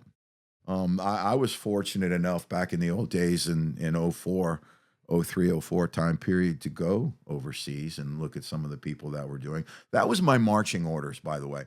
I was given the order, go forth and find as much information as you can. So what go forth meant was go forth around the world. I wasn't restricted to a CONUS activity. Right. I was restricted to the planet, and I took full advantage of that, and I went everywhere. Yeah. There are very few places. The only places that I didn't go to, actually I did end up in Russia once, but not for dog stuff. But I didn't go to China. I didn't go to someplace like that. I just went to where we had friends. And I ended up in Israel, and I was watching what they were doing, and I was working what they were doing and stealing everything, and they showed me their camera. Gotcha. And when I saw it, I bought 2. And they were handmade, and they were a rigid frame camera that fit on the dog's back, and it was canted on the dog's back, and it was canted on it for a reason, because of the field of view. The dog's head would be right in the middle if you put it right in the back. But when you can it to the right or to the left, you end up seeing the side of his head, and you can see the dog running. Yeah. You can literally see his feet coming up, running. But the field of view is bigger because the head's not in the way, and you are seeing what he is seeing from a distance. Yeah. And that was a game changer. Yeah, that right. we were able to see inside of a building before we even got in there. Yeah, yeah. And what we did, we switched it from can you imagine a dog with a rigid camera on his back running under a table and smashing the camera? What did that do? Yeah, yeah. It stopped him. It did. So we had another guy. His name is Kelly Roby. Kelly was an operator in B Squadron, of course. He handled the dog as well. He was one of these dudes who can just look at something and figure it out. He got on AutoCAD, and he put a pin in the back of the camera, which hinged it. Yeah. Put it on a spring. The original camera had a battery system that was burning our dog's backs. Yeah. It was hot. He transformed that into a AA power source. We did that. Kelly at the unit did that. Because everybody AA's powered everything. And I think these cool little round puck batteries are doing it now because that's what's powering everything these days because they get more use out of them. But it was a black and white camera that you could see in an IR spectrum, and you lock it down. And before you send him, pop it out. And it's attached, it's got an antenna. The antenna would run in the back of it. We argued over antennas. You wouldn't believe this is stupid. Where do you put this little bitty antenna where it's not going? First, it was a little piece of wire that ran up the back. And next, it was something that shot above it. And then it shot next to it, these like dual antennas. We went through everything. We tried everything. We had the TSC camera. Yeah. They were building them for us and doing doing wonderful work. I mean, they were right down the street. Why wouldn't? And they were guys that came, they work with us anyway. They came from our shop. So, I mean, that's who we used. So at the start of the podcast, I talked about Shannon and his unit having influence on the wider community. The Australian SOCOM guys were running TSC cameras, those exact cameras on a pin, flipping up when it's time to go in. That's the influence I'm talking about. At the time, I'm thinking about the dog and the guys. But now I listen to that and the influence just far reaching. To start from where you were, and then Australian SOCOM are running those cameras over in battlefields, changing everything, changing the whole battleground, born from what you guys did. Yeah, and that's ridiculously satisfying. Here was part of, I called it the Krieger test. Anytime I got a piece of kit, I would just throw it against the wall. And if it survived, then we could use it. Because when you go to war, especially, and I'm sure it's everywhere, if you go to war anywhere, it's dirty, it's hard, it's stupid, it's not fun in a sense. Technical equipment does not have a good time. Yep. You know what I'm saying? So you have to have a piece of kit that's rugged, that works in any scenario. It gets wet. Yeah, that was another big one. You know, the first rigid camera wasn't watertight. You know, it wasn't. And okay, and guess how we figured that out? We're crossing the river, and it's like, now we don't have a camera. And it was like, how? I mean, I yelled at the TSC guys for that. You guys should have known this. You know what I mean? That's how brash we got with everything. It was like, you need to do a better job kind of attitude. And make it work, Mr. Technical Guy.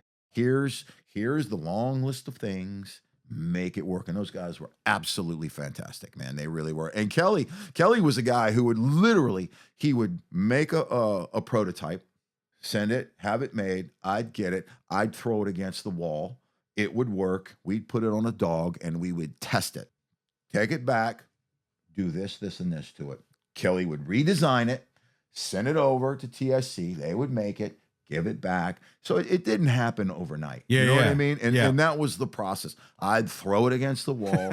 I'm pretty sure your tech guys didn't like the Krieger test. Well, no, but I mean, we had other equipment that came in. You know, the other thing that war does is it spawns all this great ingenuity to make that GWatt dollar. You know, so we had a lot of things. There was a guy who brought this instrument that would register the electrical impulses of a heartbeat and would give us an azimuth and distance to that heartbeat. So if you had a squirter, you would already know where he is. Yeah, right. The downside to that is we had aerial support, you know, and you know, Kill TV or whatever you want to call it, the ISR platforms. So that really wasn't something that would work for us, but it wasn't a very rugged piece of kit. And from what I understand, it was a little bit expensive to make, but it was really cool. And I went, oh, wow, there's the bad guy. And then I went, and I threw it against the wall and it was in pieces. And that guy got so mad at me, the manufacturer. And he was like, what are you doing? And I was like, look, man, this isn't a sterile environment we're going to. He got it. He did understand it. Eventually. And he got over it. But I mean, that was just that. But again, you know, that was the cockiness and the brash attitude that we brought to everything. Yeah. Was like, you're not going to get in my way when it comes to providing our dudes forward with stuff, especially when it came to dogs, because that was our thing. You know, if you came into the dog world, it was perfect and it was badass, or we didn't like you. You know, and we were, I just can't imagine, you know, trying to deal with somebody like me back in those days. I really can't, because, I mean, I do understand it, and I did apologize to a lot of people. I did. But I just felt it necessary to do that. But, you know, again, when all the equipment that's coming around and being expanded upon and the call out and all the TTPs, it did become a dog war. And I think the people that we had were absolutely the right person for the job. And if they weren't around long. They really weren't. And that's sort of how we did it. Okay. Well, that keeps you at the edge, hey? Yeah, it does. It does. It keeps us at the edge. Keeps us at the very edge.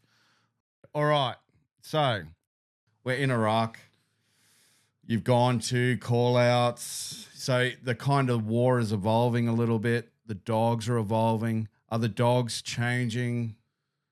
Are they evolving to suit the battlefield? Absolutely. So yeah. Are you guys changing your training to suit that? Like we are. We are.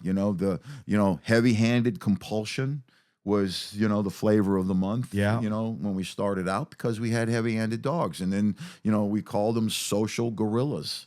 We wanted the dog that would sit in your lap, play with you and have fun, and be able to go out there and wreck an armed bad guy if necessary, be able to sit in an infill or an exfil platform with multiple people in an uncomfortable scenario in pitch black darkness with a lot of noise and a lot of this and a lot of that. So our selection and our training became, we tried everything. Yeah. And we did. And, we can talk about electricity because, every one of our dogs wore an e-collar.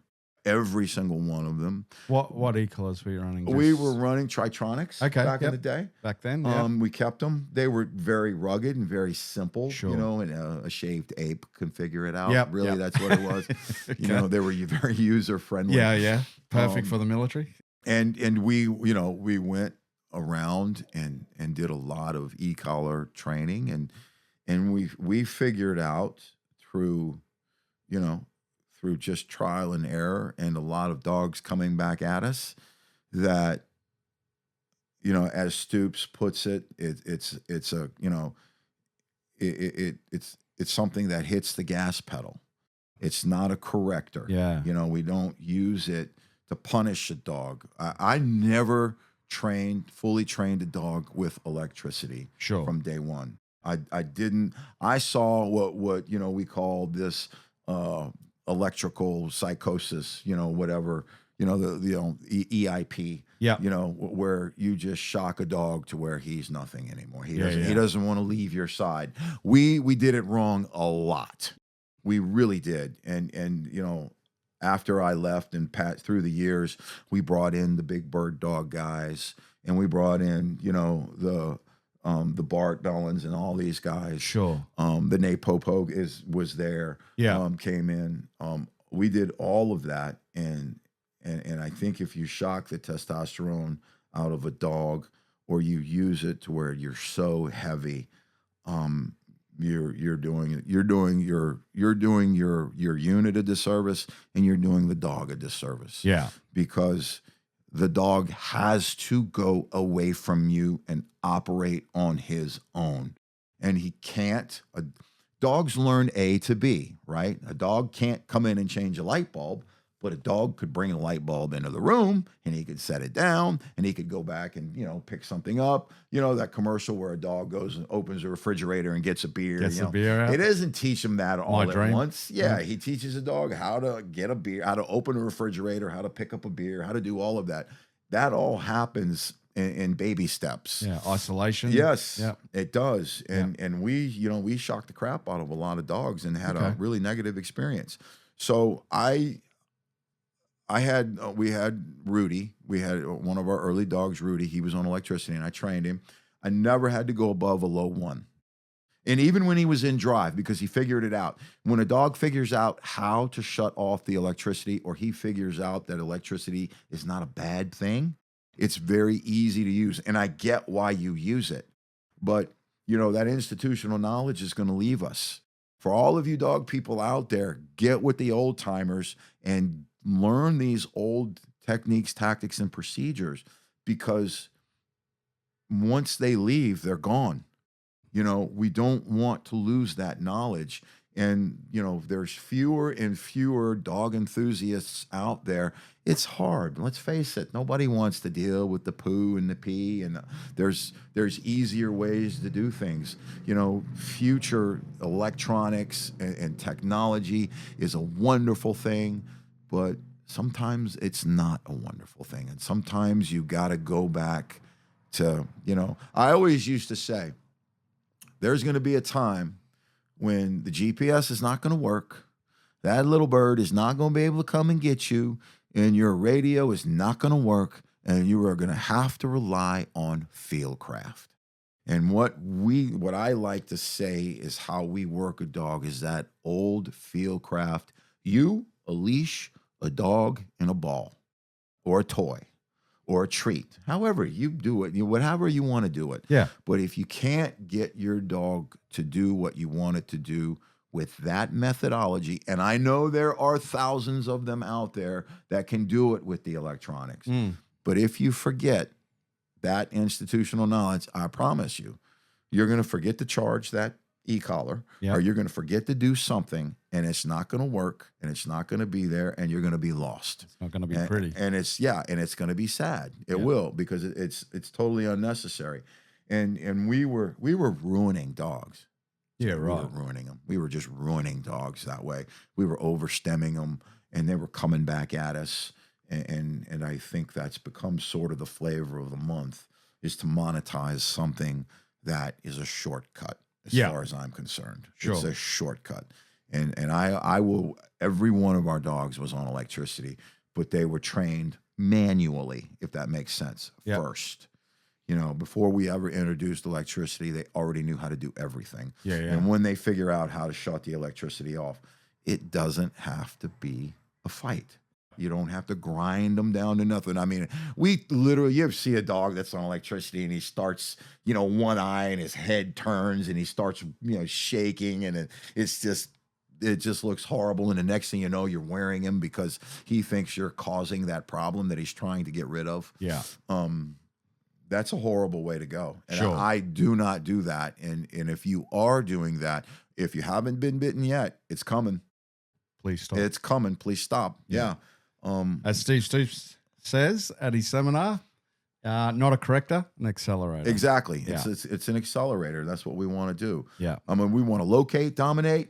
We want that dog to be friendly. We want him to be happy. We want everybody to be able to give him a biscuit and roll around and have fun and play about. But at the right time, in the right moment, we want him to dominate a man with a weapon. And that is a special canine. Yeah. If you can do that.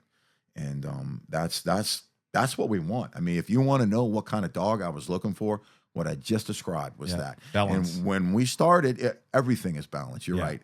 And when we started, that is not what we bought. Yeah. We bought big, mean. I mean, you ever try to take a 90-pound dog and lift him up into something? Yes. Good Lord, have mercy. That's why my back's screwed right now. We also, we developed all of our dogs wore a vest. We developed body armor. And when you start adding weight, a 90-pound dog becomes a 120-pound dog pretty quick, or a 100-pound dog. And when you're running around and you're already tired, and now you got to lift him up and put him in something and crawl under it and crawl through it with him, it sucks. It's hard. And it's much easier with a 60-pounder. A 60, 65-pounder who is just not willing to leave you alone. If you want to wear, we talk about, in the seminar, we had some leg biters, and we had some, basically some show dogs or some sport dogs that would bite an arm. I don't care where you bite. I don't care. Bite something. You're not running away with a dog on your arm. Well, you could, but you're not running away with a dog on your leg. And there, in no sense, and there is no case where a man can't defeat an animal. Sure. A man is always going to be able to kill an animal if he wants to, if he knows what he's doing. But that impact, or the fact of giving you just those few seconds to reiterate what you're going to do and give you that time to, take that well-aimed shot, or to take that well-aimed grab, or whatever, however you need it, that's what he's for. The dog is the distraction. He right? is, absolutely. Yeah. And when you're running around in a house and you're looking at the doorway and you see a dog come in, your eyes don't stay on the doorway. Yeah. I promise you that. I've done it hundreds of times, decoying dogs like that. You do not, you look at it, and as soon as you look away and there is a gun in that funnel of death or whatever you want to call it, that fatal funnel, you are done for as a bad guy. Yeah. Because a professional is going to rip you a new one. Yeah. And if that dog, if you do look back away, you're going to be wearing that dog real quick. And I would really like to see somebody shoot well wearing a dog. Yeah. You know what I'm saying? I do. Now, you can't stop this, but you can certainly stop that Yeah. with a dog. Yeah. And so I think that well-aimed shot wearing a dog, you're pretty much an unbelievable dude, or lucky guy as far as I'm concerned. That's why you're a team, hey?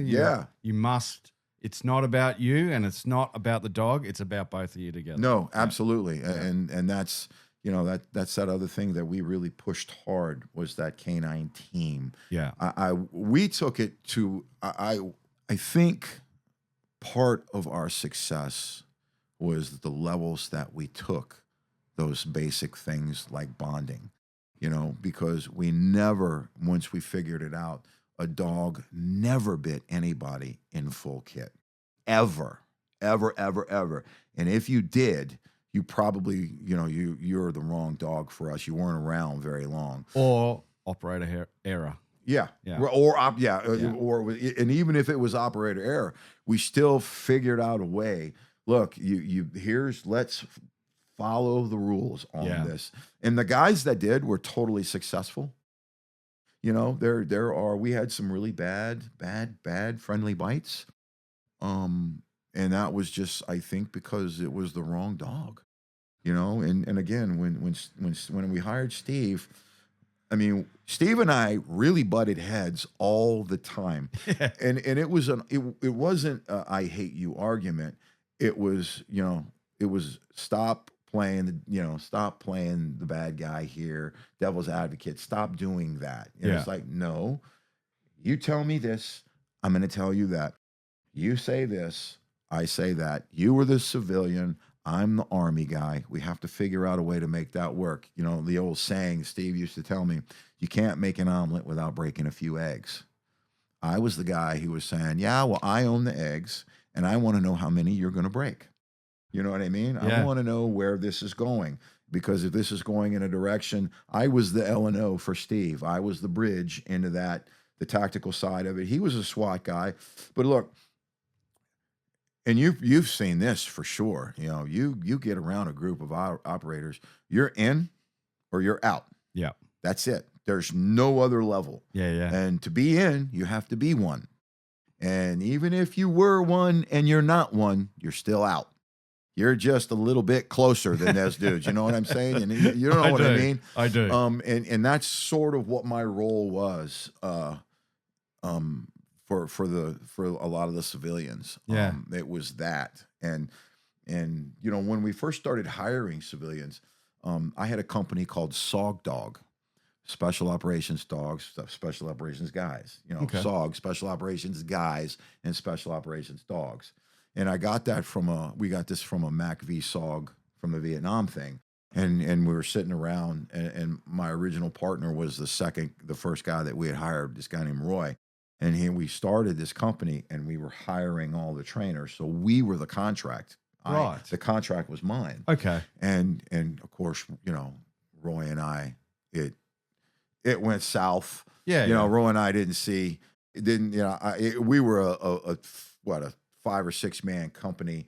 And, you know, we were dealing, my idea of SOG Dog would be to be the SOCOM dog trainer contracting company. Gotcha. You know, that we specifically picked the people that we wanted to pick to bring into this community, because we knew at that point what we were looking for. Yeah. And when we decided to, you know, share all of our goods and bads, you know, like SEAL Team 6, for example, they went out and hired their own guys. Yep. You know, we're not gonna.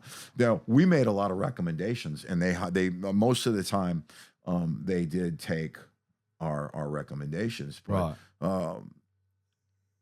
The guy who ran SEAL Team 6's program in the early days was his last name was Eikenberry, Ike. We Okay. called him Ike.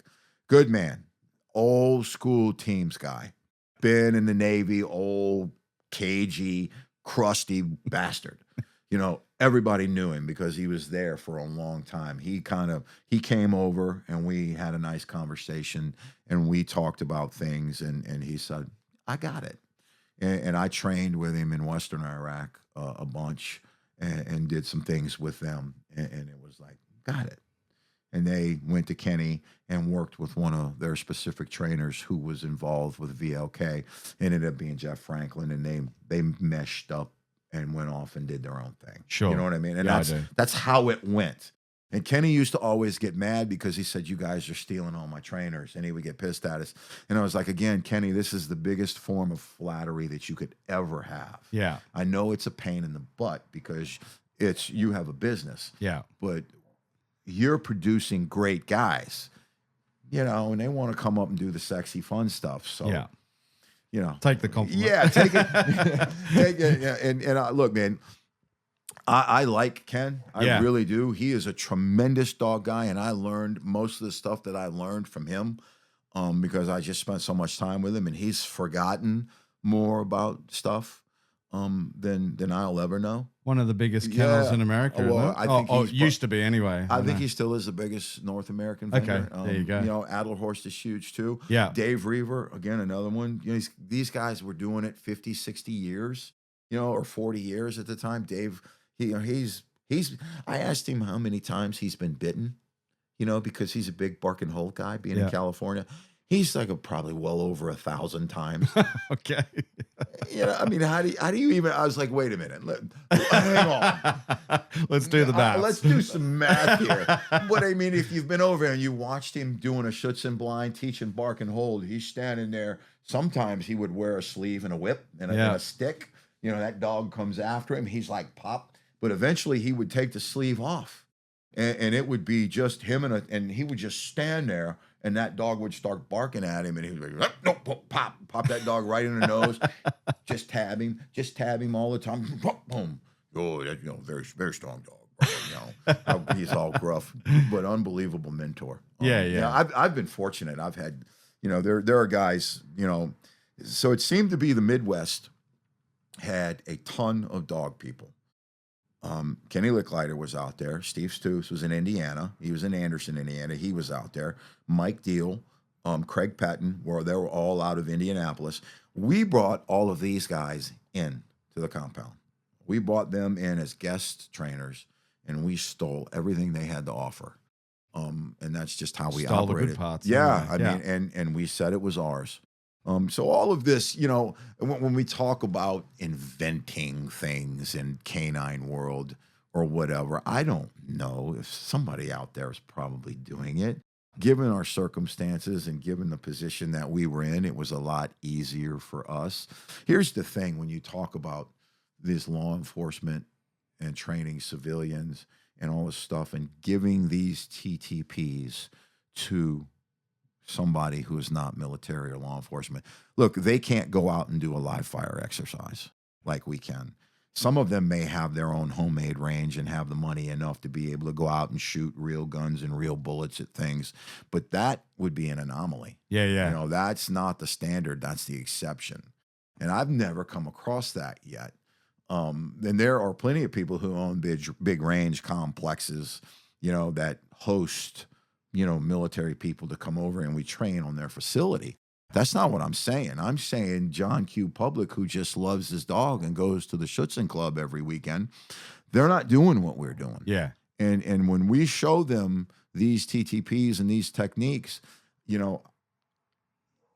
I'm not skeptical, but I'm wary that if you go down a specific path, be careful what you train your dog to do, because the things that we did with these dogs in the seminar that you and I just attended together, if you're in the backyard at home, trying to do down decoy or something like that, or do some cool muzzle work, Junior may eat a dog one day when he comes home and gets mad at mom or whatever. Yeah. That's what you could be creating. Yeah. You open doors. Yeah, you do open doors. Yeah.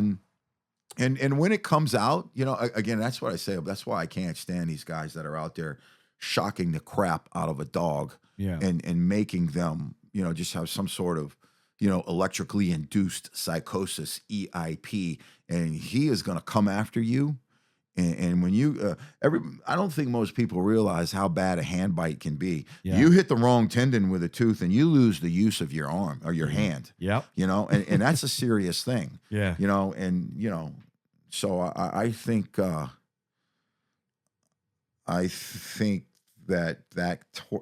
type of crossover, I think it's good, but I also think it could be tricky if you're not careful. It can turn on you. And I absolutely had a blast in this seminar this year. I mean, these last couple of weeks being here. First time in Australia, having an unbelievable time. I like the country anyway, but just, all the Australians that I've ever met have always been fun. Always been fun. Come down here and have fun with them. That's just so much fun. And it kills me. I'm going to say the C word, but I'm not going to blare it out. But that's a bad thing in the United States. It's got many meanings in Australia. You can be a GC, you can be an MC, you could be a BC. I know. I'm going to go home and I'm going to say that to my wife, and I'm going to get smacked in the face with like a crowbar or something. That is just the funniest stuff, man. It's just so much fun. But sorry, I went off on that. No, that's good. It's good.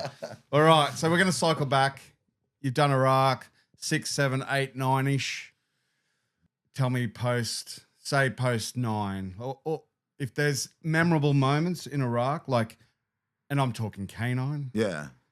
Are there pivotal moments there in your mind, or does it all start to kind of blend in together? No, there are some good pivotal moment. I mean, a pivotal moment.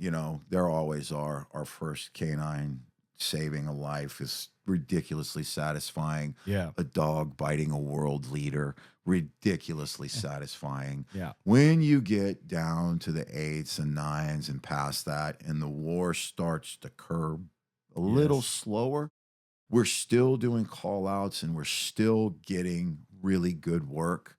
And I'm not going to, but at some point, gosh, it has to stop. Yeah. We want it to slow. As a war fighter, do you want it to slow down because you're having a blast and you're doing what you were born to do? Yeah. Of course not. But realistically, it's got to come to an end. It has to. And we had a really bad incident, 2015, 2016, where we lost a good buddy and a dog wasn't there. And shame on them. Shame on you. Because we worked so hard to make sure that didn't happen. Yeah. And I'm not saying it would have happened had a dog been there, but you took the option away. And I will never like you for that. Never. I will always have a terrible space in my heart for that action. Because especially someone who was there at the beginning, that is why we did what we did. And I do not appreciate my program taking that kind of hit when it wasn't necessary. And I don't know, again, obviously hindsight is 20/20. And if a dog had been there, it very easily and probably would have had the same outcome. Okay. I don't know about fate and karma. Who knows? Sure. But you can't say that it wouldn't be different because you didn't have a dog there. And shame on you. Yeah, yeah. Shame on you for being lazy. Yeah, yeah. I'm take a breath. Yeah, yeah. I'm a little bit pissed about it. And I don't think it was a smart thing. It was that's just being, easy. It was stupid. It was absolutely stupid. You have a kid. It's like forgetting a gun. You forgot your secondary weapon. Yeah. Is what you did. And you didn't, it's not a forget. You just didn't do it because you didn't want to, or you're lazy. You've got some other ulterior motive, whatever. Yeah. Shame on you. The world will never know. And I mean, that was a harsh reality. And I was really upset about that. Not only because I knew the guy, I knew Josh Wheeler. I was friends with him. Yeah. And I was really good friends with guys on his team. But I just don't understand that. I just don't. If you had the capability, take Yeah. it. Yeah. I mean, and again, but when you start to think about that, are we getting to an area to where it was allowed? Yeah. Why was that allowed? Why was that capability allowed to not be there? Yeah. I don't understand that. You know, and again, I take that particularly personal because when we were doing it and at the time that we were doing it, that never would have happened. Guys were coming up to me. Listening, Australia? Yeah, You listening? guys were coming up to me and saying, we had a canine memorial, and anytime a dog did a really good thing on target, you get a handful of guys come up and drop off $300-$400 in hundreds, saying thank you, and I'll put this towards the memorial. You know what I mean? Put this towards the dog or whatever. You know, come up and give us money and say thank you, and they were just doing that to as a sign of as a contribution to say thank you that this dog it means something. the dog I'm here. A couple $100 is nothing. I mean, come on. I mean, I'm not asking for more. I wouldn't even asking for any money. But they did it as a gesture, and I just loved that. That was the most satisfying thing ever. Was guys came the first time a guy came up to me and said thank you. I didn't do anything. I didn't do any. I wasn't there. When I was getting out of the military, I was trying to make the decision. Pat McCauley was my mentor, and I was already out. I was getting ready to leave the unit.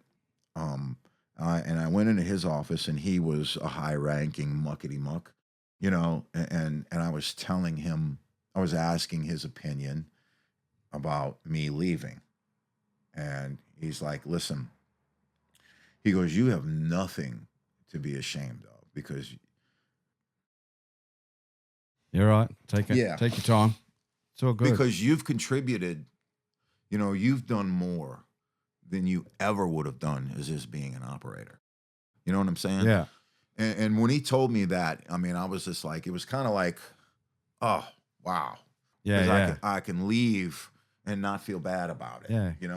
Have your head held high. Oh my God. And he said, you've done more than you ever would have done as an assaulter. And that was, to me, the icing on the cake. I think I left the fucking next day. Yeah. Pardon my language. And I will tell you when I left, I was wearing my credentials. I walked in to where you turn your badge in, and I walked through the spine, which is the corridors in the building for the last time. And I walked back through, I had since been gone from B Squadron because I was part of the canine section.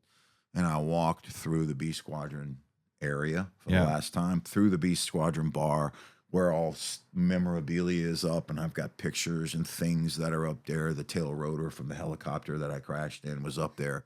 I walked through into the squadron area, past my team leader, or past my team room, my old team room, and I walked through to the big metal door that led you to the outside. And I opened that. I'll just turn around and I looked back. And this is absolutely the truth. I turned around and I looked back, took a deep breath, walked through that door, and it's a huge metal door, and it went kadoosh, and it closed, and I didn't have my creds, and I couldn't get back in.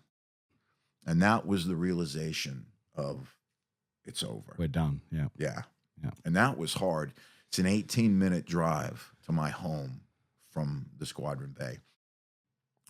The worst drive of my life. Didn't know if I'd made the right decision. I didn't know, I didn't know what was going to happen. I didn't know what I was going to do. I was just kind of there, and I was in the car.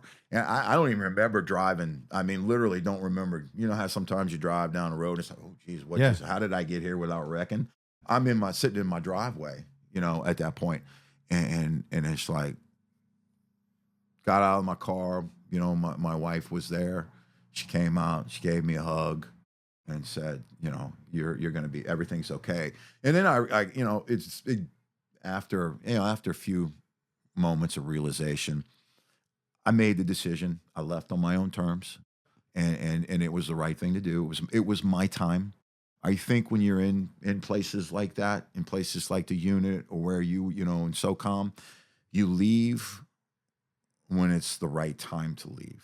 You don't, and you're the only person, excuse me, you're the only person that's ever going to know that. I had just become a general schedule Department of the Army civilian. I could have stayed there forever. Yeah. You know, I could have stayed there forever. So that's the kind of care. I was very well treated. So that's the kind of care and attention that I received personally. And it, you know, I just turned and walked away, you know, because it was time.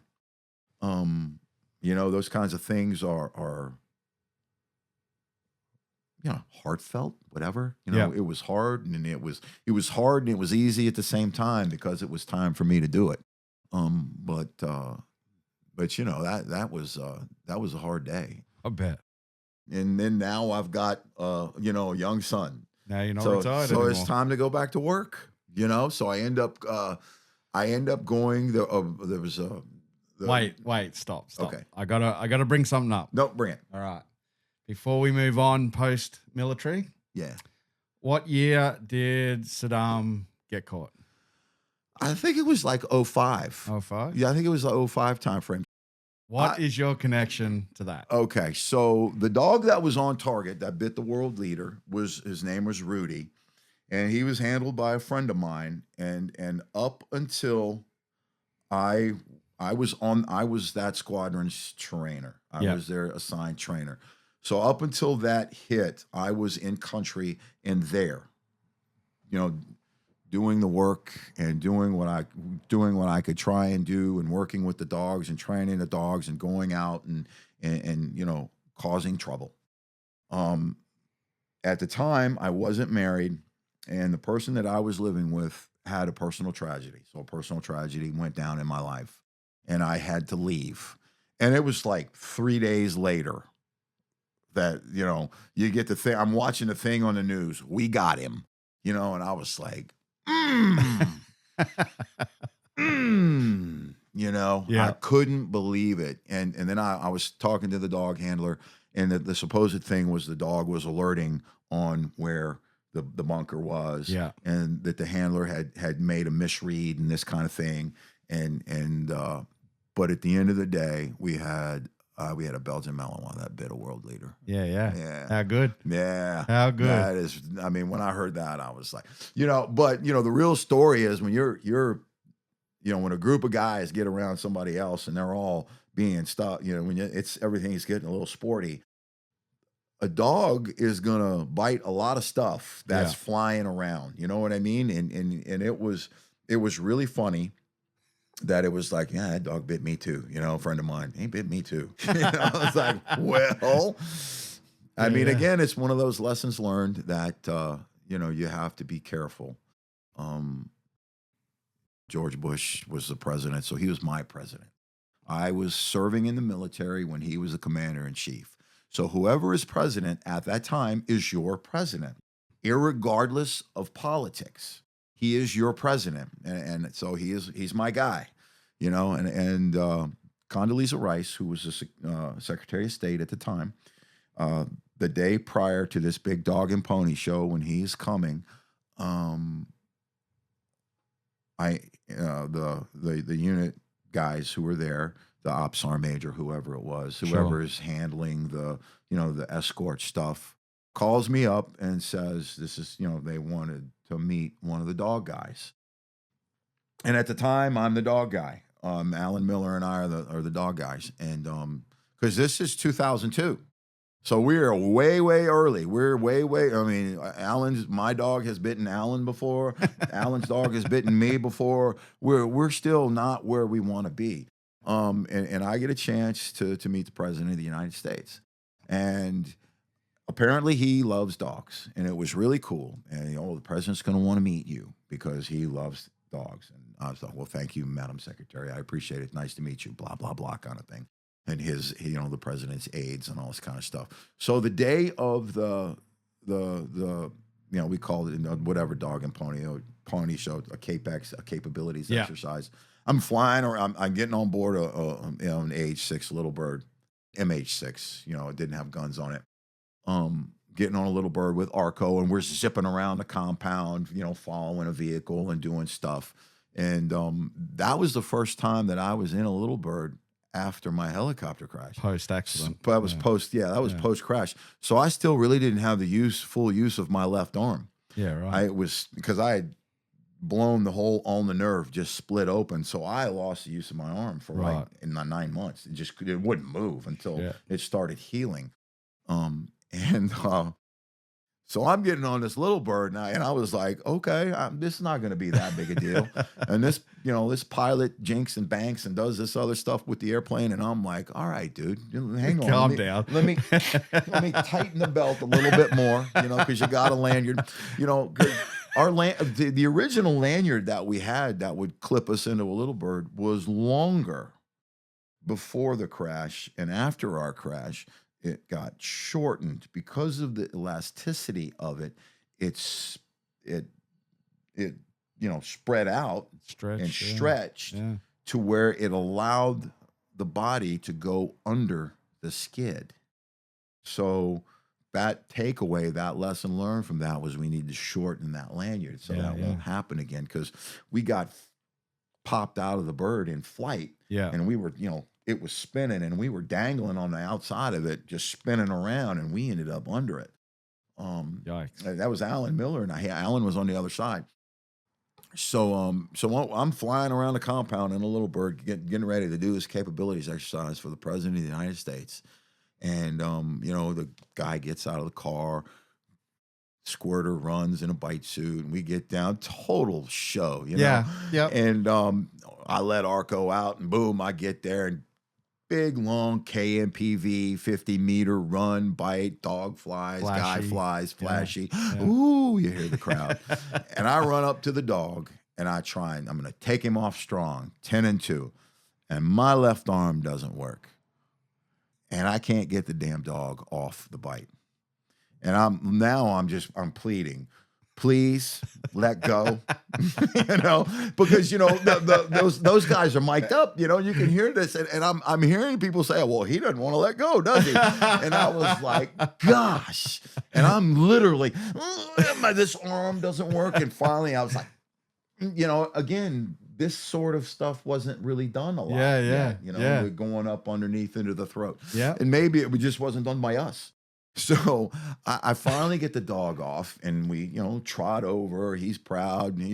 I almost, the guy who was a decoy, I was like, slip the suit. Oh, shit. I was going to have him slip the bite suit top and just take it with me on the exfil platform because I couldn't get the dog off. And, it was just funny and fun, just being excited and doing all of that kind of stuff. Yeah. And so we get back in the bird, we fly away, and we go in for the little petting zoo kind of thing. Yeah, the meet and greet. Yeah, and the meet and greet. And I've got a gun on my chest and with my M4, and both my weapons are loaded. And, the Secret Service was a little wary about us having weapons around the president. And we were, okay, I understand. But go away. Yeah, tier one. We were like, I'm not giving up my gun. Kind of that attitude. You can pry my cold dead fingers.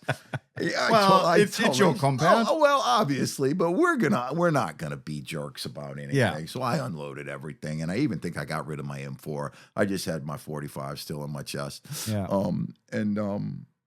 So we're in line, and I'm sitting there with Arco, and we're moving up, and I see there's, President Bush is sitting there, and I get right in front of him, and he shakes my hand, and he goes, "How are you doing? That was an unbelievable show." And he reaches down, and he grabs Arco is at a heel, he's at a Plotz, right, sitting right next to me, reaches down and grabs Arco by the ear, and he just starts pulling the ear like he's stroking the ear, and he's talking to me at the same time. And I look down and I see him doing it. I'm like, sir, you may not want to do that.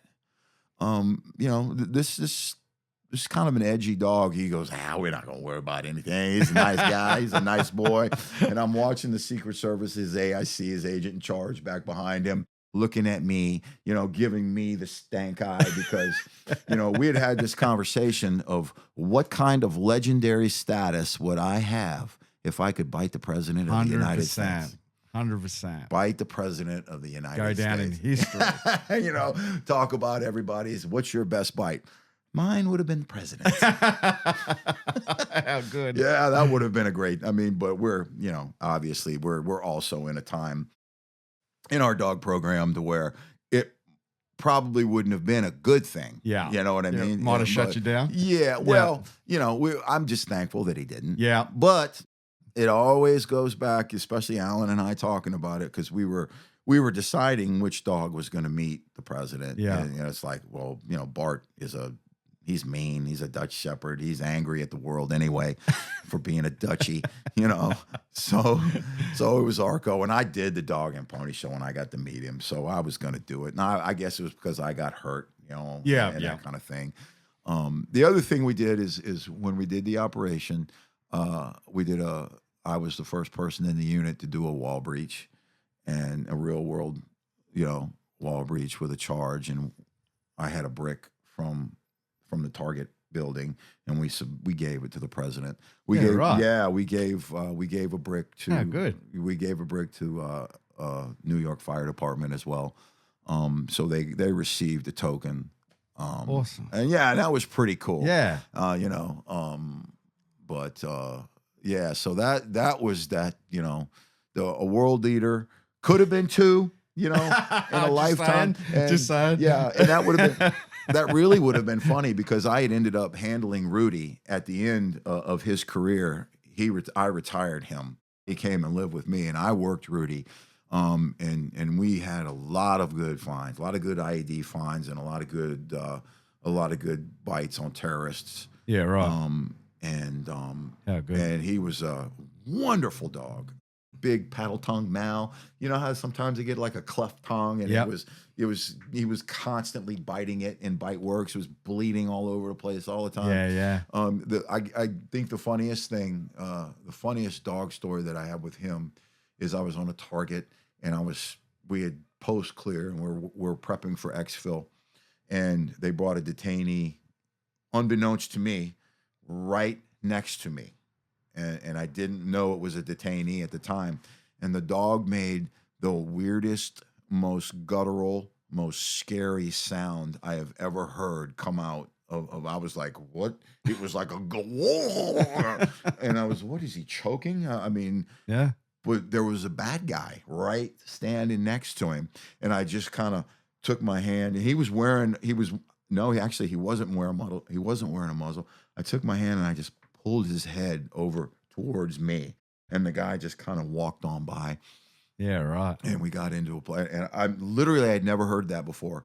And you know, you just learn something new every time. You know, every time you take a dog out, you're gonna see something really like what. I came back and asked a bunch of people. You know, talked to Steve. What the heck was that? Because it looked like he was vomiting and making a noise at the same time. And it was because that detainee was standing, because he looked and it went, oh, and it was, oh my goodness. Because I wouldn't have known it was a detainee until that noise came out. You know how you're like, uh-oh. Yeah. But, I mean, that was really kind of the weirdest. That's what keeps you coming back for more. Oh, my gosh. And just to see them, you know, they'll ballerina on a wall. You know, they're like walking on top of these, you know, walls that have everything. And, you know, they're just literally gymnasts, furry gymnasts with teeth. How good. You know, and it was a good time. How good. Good times. How good. All right. That's the military component done. But post-service, you've got a whole nother story. Yeah. I got it. So there's a program in the United States, and it's headed by the U.S. SOCOM Care Coalition. So the SOCOM Care Coalition is designed to take sick, ill, or injured SOCOM soldiers and get them back on their team. That is their number one purpose. And if you're not going to go back to a team, their secondary job becomes to introduce the soldier to what is next, his next chapter in his life, i.e. a job, you know, i.e. an employment path. So I got involved with a program called the Hero Corps. So the HERO Corps stands for Human Exploitation Rescue Operative. It is a program designed for disabled veterans to conduct digital forensics for Homeland Security investigations and go after child predators. Yeah, So right. I work child exploitation, and I saw this program, and because I read an interesting statistic before that, like 6 out of 10 soldiers that leave the military, their very first job is something to help kids. And I think it's because of a couple of things. Number one, probably what they've seen and how children are affected in the combat zone.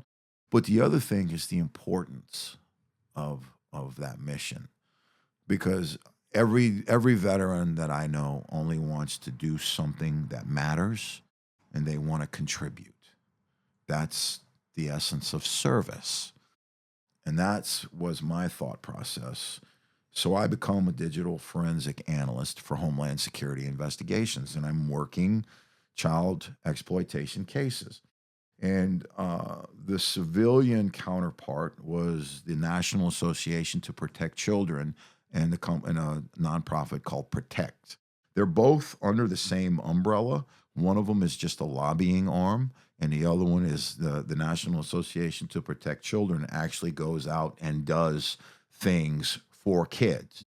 And the lobbying arm is in DC trying to change ridiculous, stupid, antiquated, outdated laws, that this country still has, about abused children having to live in the same home with the abusive parent or something ridiculous like this. California has a lot of these old, stupid laws. So that's who was backing this up. So I take me and all of my whatever I have, and I become a digital forensic analyst, and I pick the New Orleans, Louisiana office because that's where I'm from. Okay. So I go back home, and I'm working as a digital forensic and as a DFA, working cyber crimes, working witnessing some of the most horrible stuff I've ever seen before is that of an exploited child. Right. And the definition, I tell everybody about what child pornography really is, because it's not kiddie porn. That's a bullshit answer. That almost sounds like adult porn light. So child exploitation and child pornography is the systematic rape, torture, and abuse of somebody under the age of 18 years, period. Yeah. And it spans from physical, mental, sexual, you name it. And it is the underbelly of our world. It is the worst. And it became a career for me, and I have never seen anything so horrible as going into a home, because I'm part of a search warrant team now. I'm going in homes, and I'm going through cell phones and computers on target and previewing this and gathering evidence so we can hook this guy and put him in jail. And Does the HSI have any dog capabilities? it's complicated. Right. well, let's delve into that. So I moved from the New Orleans office back to North Carolina. Glad to come home. Yeah, I bet. And I see this email header of something that says Tactical Canine for SRT with HSI. Okay. So I dig into it, and I end up finding this, this guy. His name is Brent. Yep. And I call him. He's young, senior agent, smart dude, SRT guy, action dude, fun guy to be around. Yeah. And I'm like, oh, hey, I'm pretty sure I can help you. And Yeah. he's, oh, yeah, with what? Tactical canines. And he's like, why do you think you can help us? So I kind of lay out the story for him, and he goes, you know what? Let me call you right back. I start getting more and more phone calls. And the next thing you know, I get a call from this guy in DC who wants to bring me to Washington, DC. And I was like, oh, yeah, no, not coming to DC. Not going to do it. Okay. Told him a few buzzwords and told him a couple of things. He was actually kind of a program manager for an up-and-coming starting program, and he wants some information and a go-to person. And I said, I'll be your go-to guy. I'm just not going to move to Washington, D.C. to do it. That's just the way it's going to do. So I introduced Jeff to Alan Miller. It was in DC at the time. And we can lay out a program because Alan was a Plank member. So he knows what's going on. Yeah. And I call Alan and I set it all up. Okay. And that happens. And the next thing I know, we have a 4-team K9 program, Homeland Security, SRT. So I get with the guys, we start having these, telephone video things and whatever. Yeah. And I go with them with the acting PM, and we go to some other agencies and look at what they're doing. Yeah. We went to alcohol, tobacco, and firearms. My buddy Jim Haggerty is a trainer there. So I start seeing all of the guys that were doing it with us back in the day, Yep. now on a federal level. Yeah. Cool. So now I'm like, oh, I'm actually getting excited about this. Because at this point, this is 2017, 18, 19 timeframe. Right. Steve is still doing the deal at the unit, and he's looking for, something, a change. And he's like, well, hey, let's kind of get the band back together. So, it turns into this, we get 4 teams, we get funded, we got really well funded. We got some decent support. Okay. And now we're headed over to VLK, Kenny Licklighters, for our first dog trip, a dog buy, and a handler course. Yeah, right. So, and it was funny. So Brett Roll, his name is Brett Roller. He's in Michigan. He's in Detroit. And he is a very active guy, and he's very knowledgeable, and he's doing some cool stuff. And he knows how to work the system. Sure. And so Brett takes a helicopter in HSI helicopter, flies over to VLK. Okay. And now he wants to know who all these people are calling and want to train with HSI. Because it's me, and it's Stoops, and it's Jim, and it's a couple of other, old-time federal guys that were with us in the early days. Yeah. And we're kind of recreating that chemistry just with the federal government and not with DOD. And we all go over. I call Kenny, and I was like, he goes, hey, Shannon, how are you? How you been? And I was like, look, I just wanted to lay this on you. I'm with HSI. And he's like, you mama. I knew it. He goes, I knew it was something like this, And it was a really fun, so we go to VLK for our first training course, and we have a great time. Like going home. And yeah, it was. I'm Kenny and I are hugging, and we're sitting in his pool. He's bigwig now. Yeah. He's got all that war money, and but we're and we end up buying five dogs? Yeah, 5 dogs from him. And we got 5 really, really good dogs. Yeah, right. And as you've purchased dogs before, Mm-hmm. if you buy 5 and you don't get one bad dog, you had a good trip. Yep. If you could say you got 4, 3, I would say even 2 or 3 good ones, that's a good trip. And we bought 5 or 6 dogs. 3 out of 5 is pretty good. All of them were really good. Yeah. Yeah. We didn't have the checkbook that we had in the old days, but where I was, with HSI at that time, Yeah. we had a lot of support, and that was due to the handlers. And we had a group of guys that were senior, that were all very well liked, just experienced, but they all wanted to be a dog handler. Yeah. And that was the perfect mix. And I was involved in the interview process and all this kind of stuff. And it was just so funny. And we were interviewing Brent, and he's like, yeah, oh, you want to interview me, do you? Oh, because he's really the guy who started that program. Yeah. And I was just, we were messing with each other. I was like, yeah, so in a scenario, and it's like we're ever going to, there would be no way on the planet that guy wouldn't have been. He could have just told everybody F.O. and hung up on us, and then we're still hiring. I mean, he was the guy. Yeah. He and another man, another guy named Dusty from San Diego, just perfectly, just guys who had the bug. Yeah. And you come across this before. When you see guys who have the bug, and everybody listen to this in Australia, if you find somebody that has the bug, I know he is a pain in the butt, because he wants to do everything, and he wants to learn everything, and he'll be pushy, and it will be annoying, but you have to nurture that. Yeah. Because, the guys who have the bugs, in 5 years, those are the guys who are going to be training your dog. Yep. You know, so you want that to be a good dude. You want that to be somebody who wants to be there.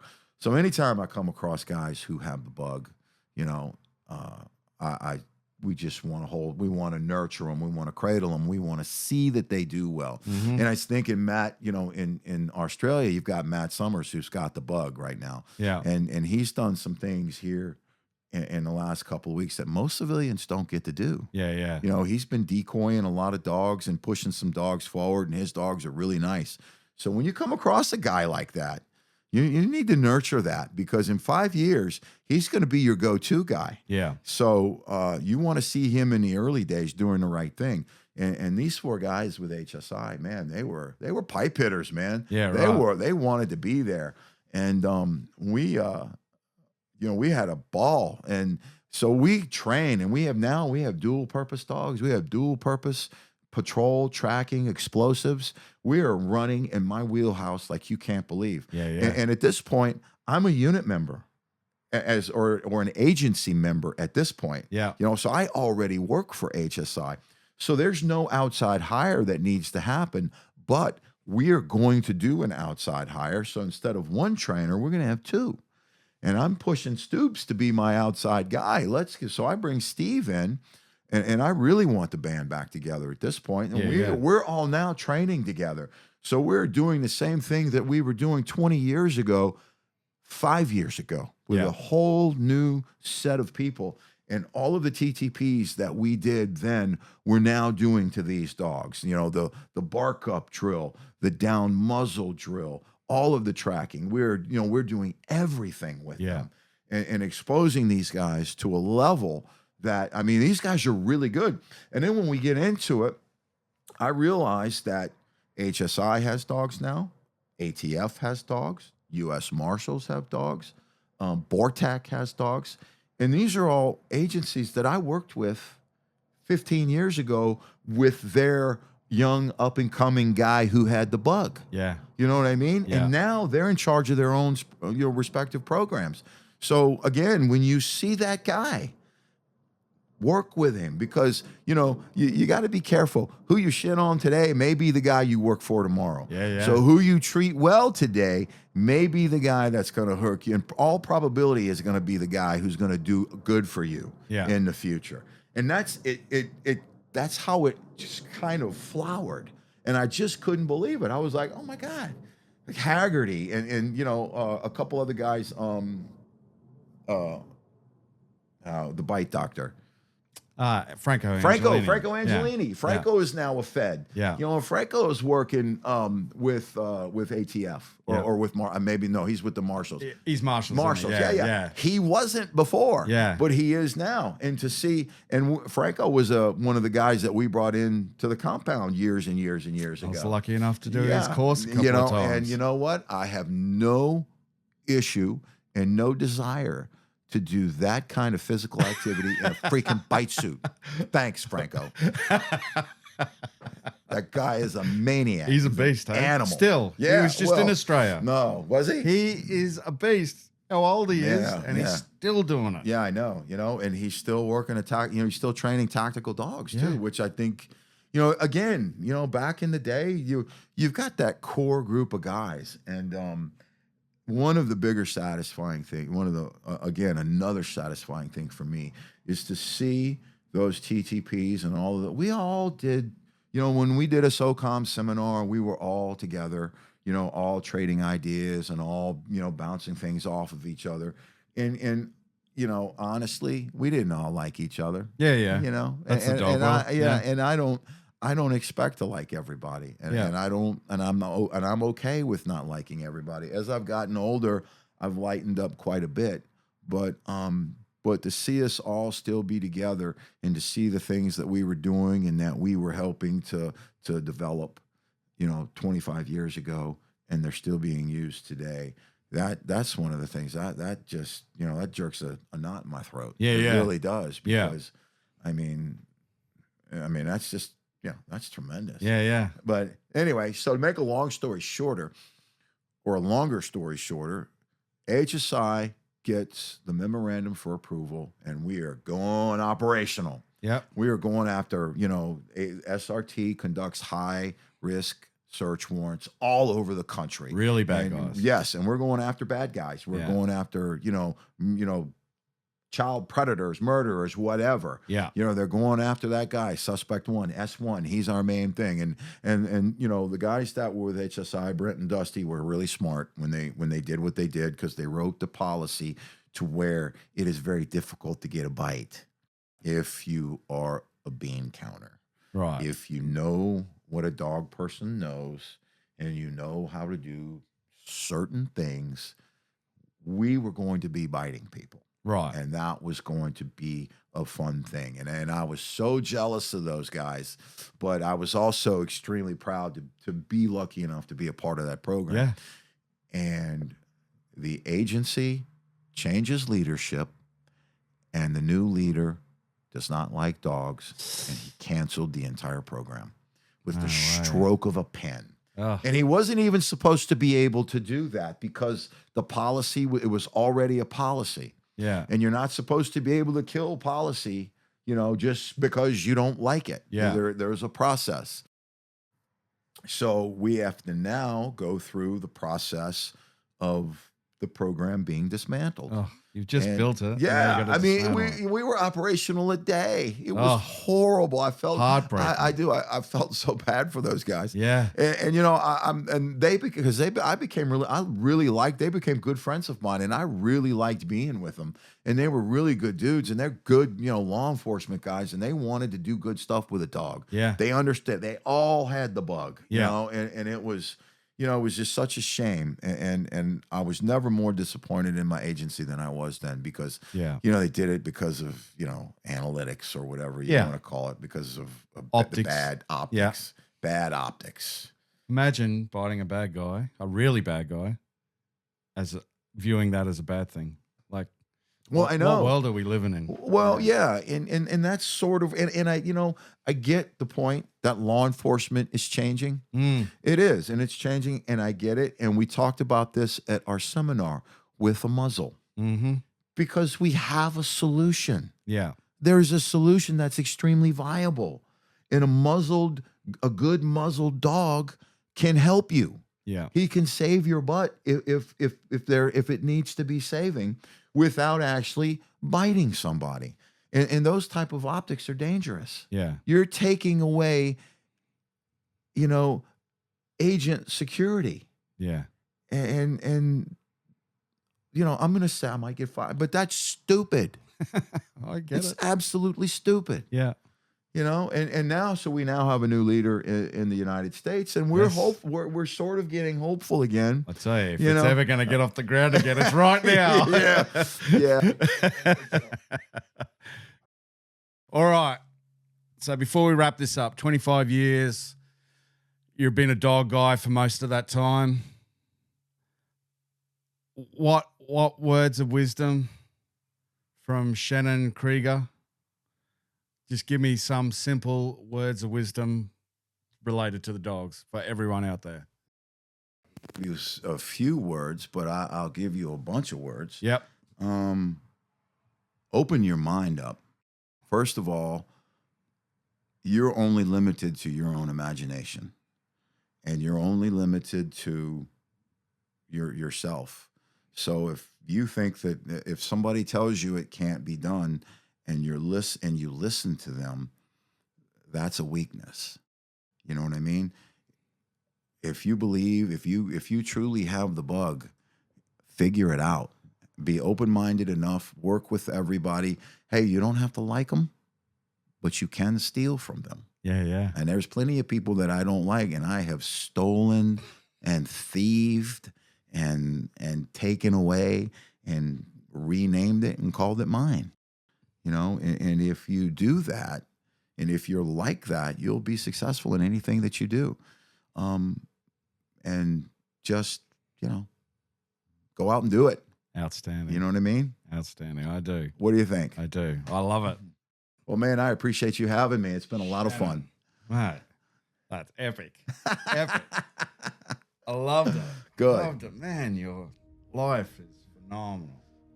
You know, I'm just lucky, I think, you know. I think I'm not an over religious person, but I am thankful for sure. And I hope that I can, you know, I hope that people can, maybe they'll hear it and get something out of it. And, you know, let's pay it forward, you know, pay it all forward. That's the thing. Let's pay it all forward. Yeah. Something that I got out of this that I never thought I would is the amount of young handlers contacted me and gone, we heard you interview this guy and that guy, and this is going to be our life now. Like, this is my life. Dogs is it. Off what they heard. How lucky are we? Yeah. You know, I mean, man. how lucky are we? And I think the other thing I would tell everybody, have fun. Yeah. If you are not having fun, I mean, it's just not worth it. It's not worth being miserable. And if you really love it and you have fun, how is that work? I mean, good Lord, are we the luckiest people? I mean, I've had so much more. I've had so much fun here. I mean, it should be criminal. Yeah. Thank God it isn't, but it should be. Yeah. Let's quote Fury. Best job ever. It is. Best job ever. It totally is. Yeah. And I appreciate you having me, man. I really do. It's been loads. Cool.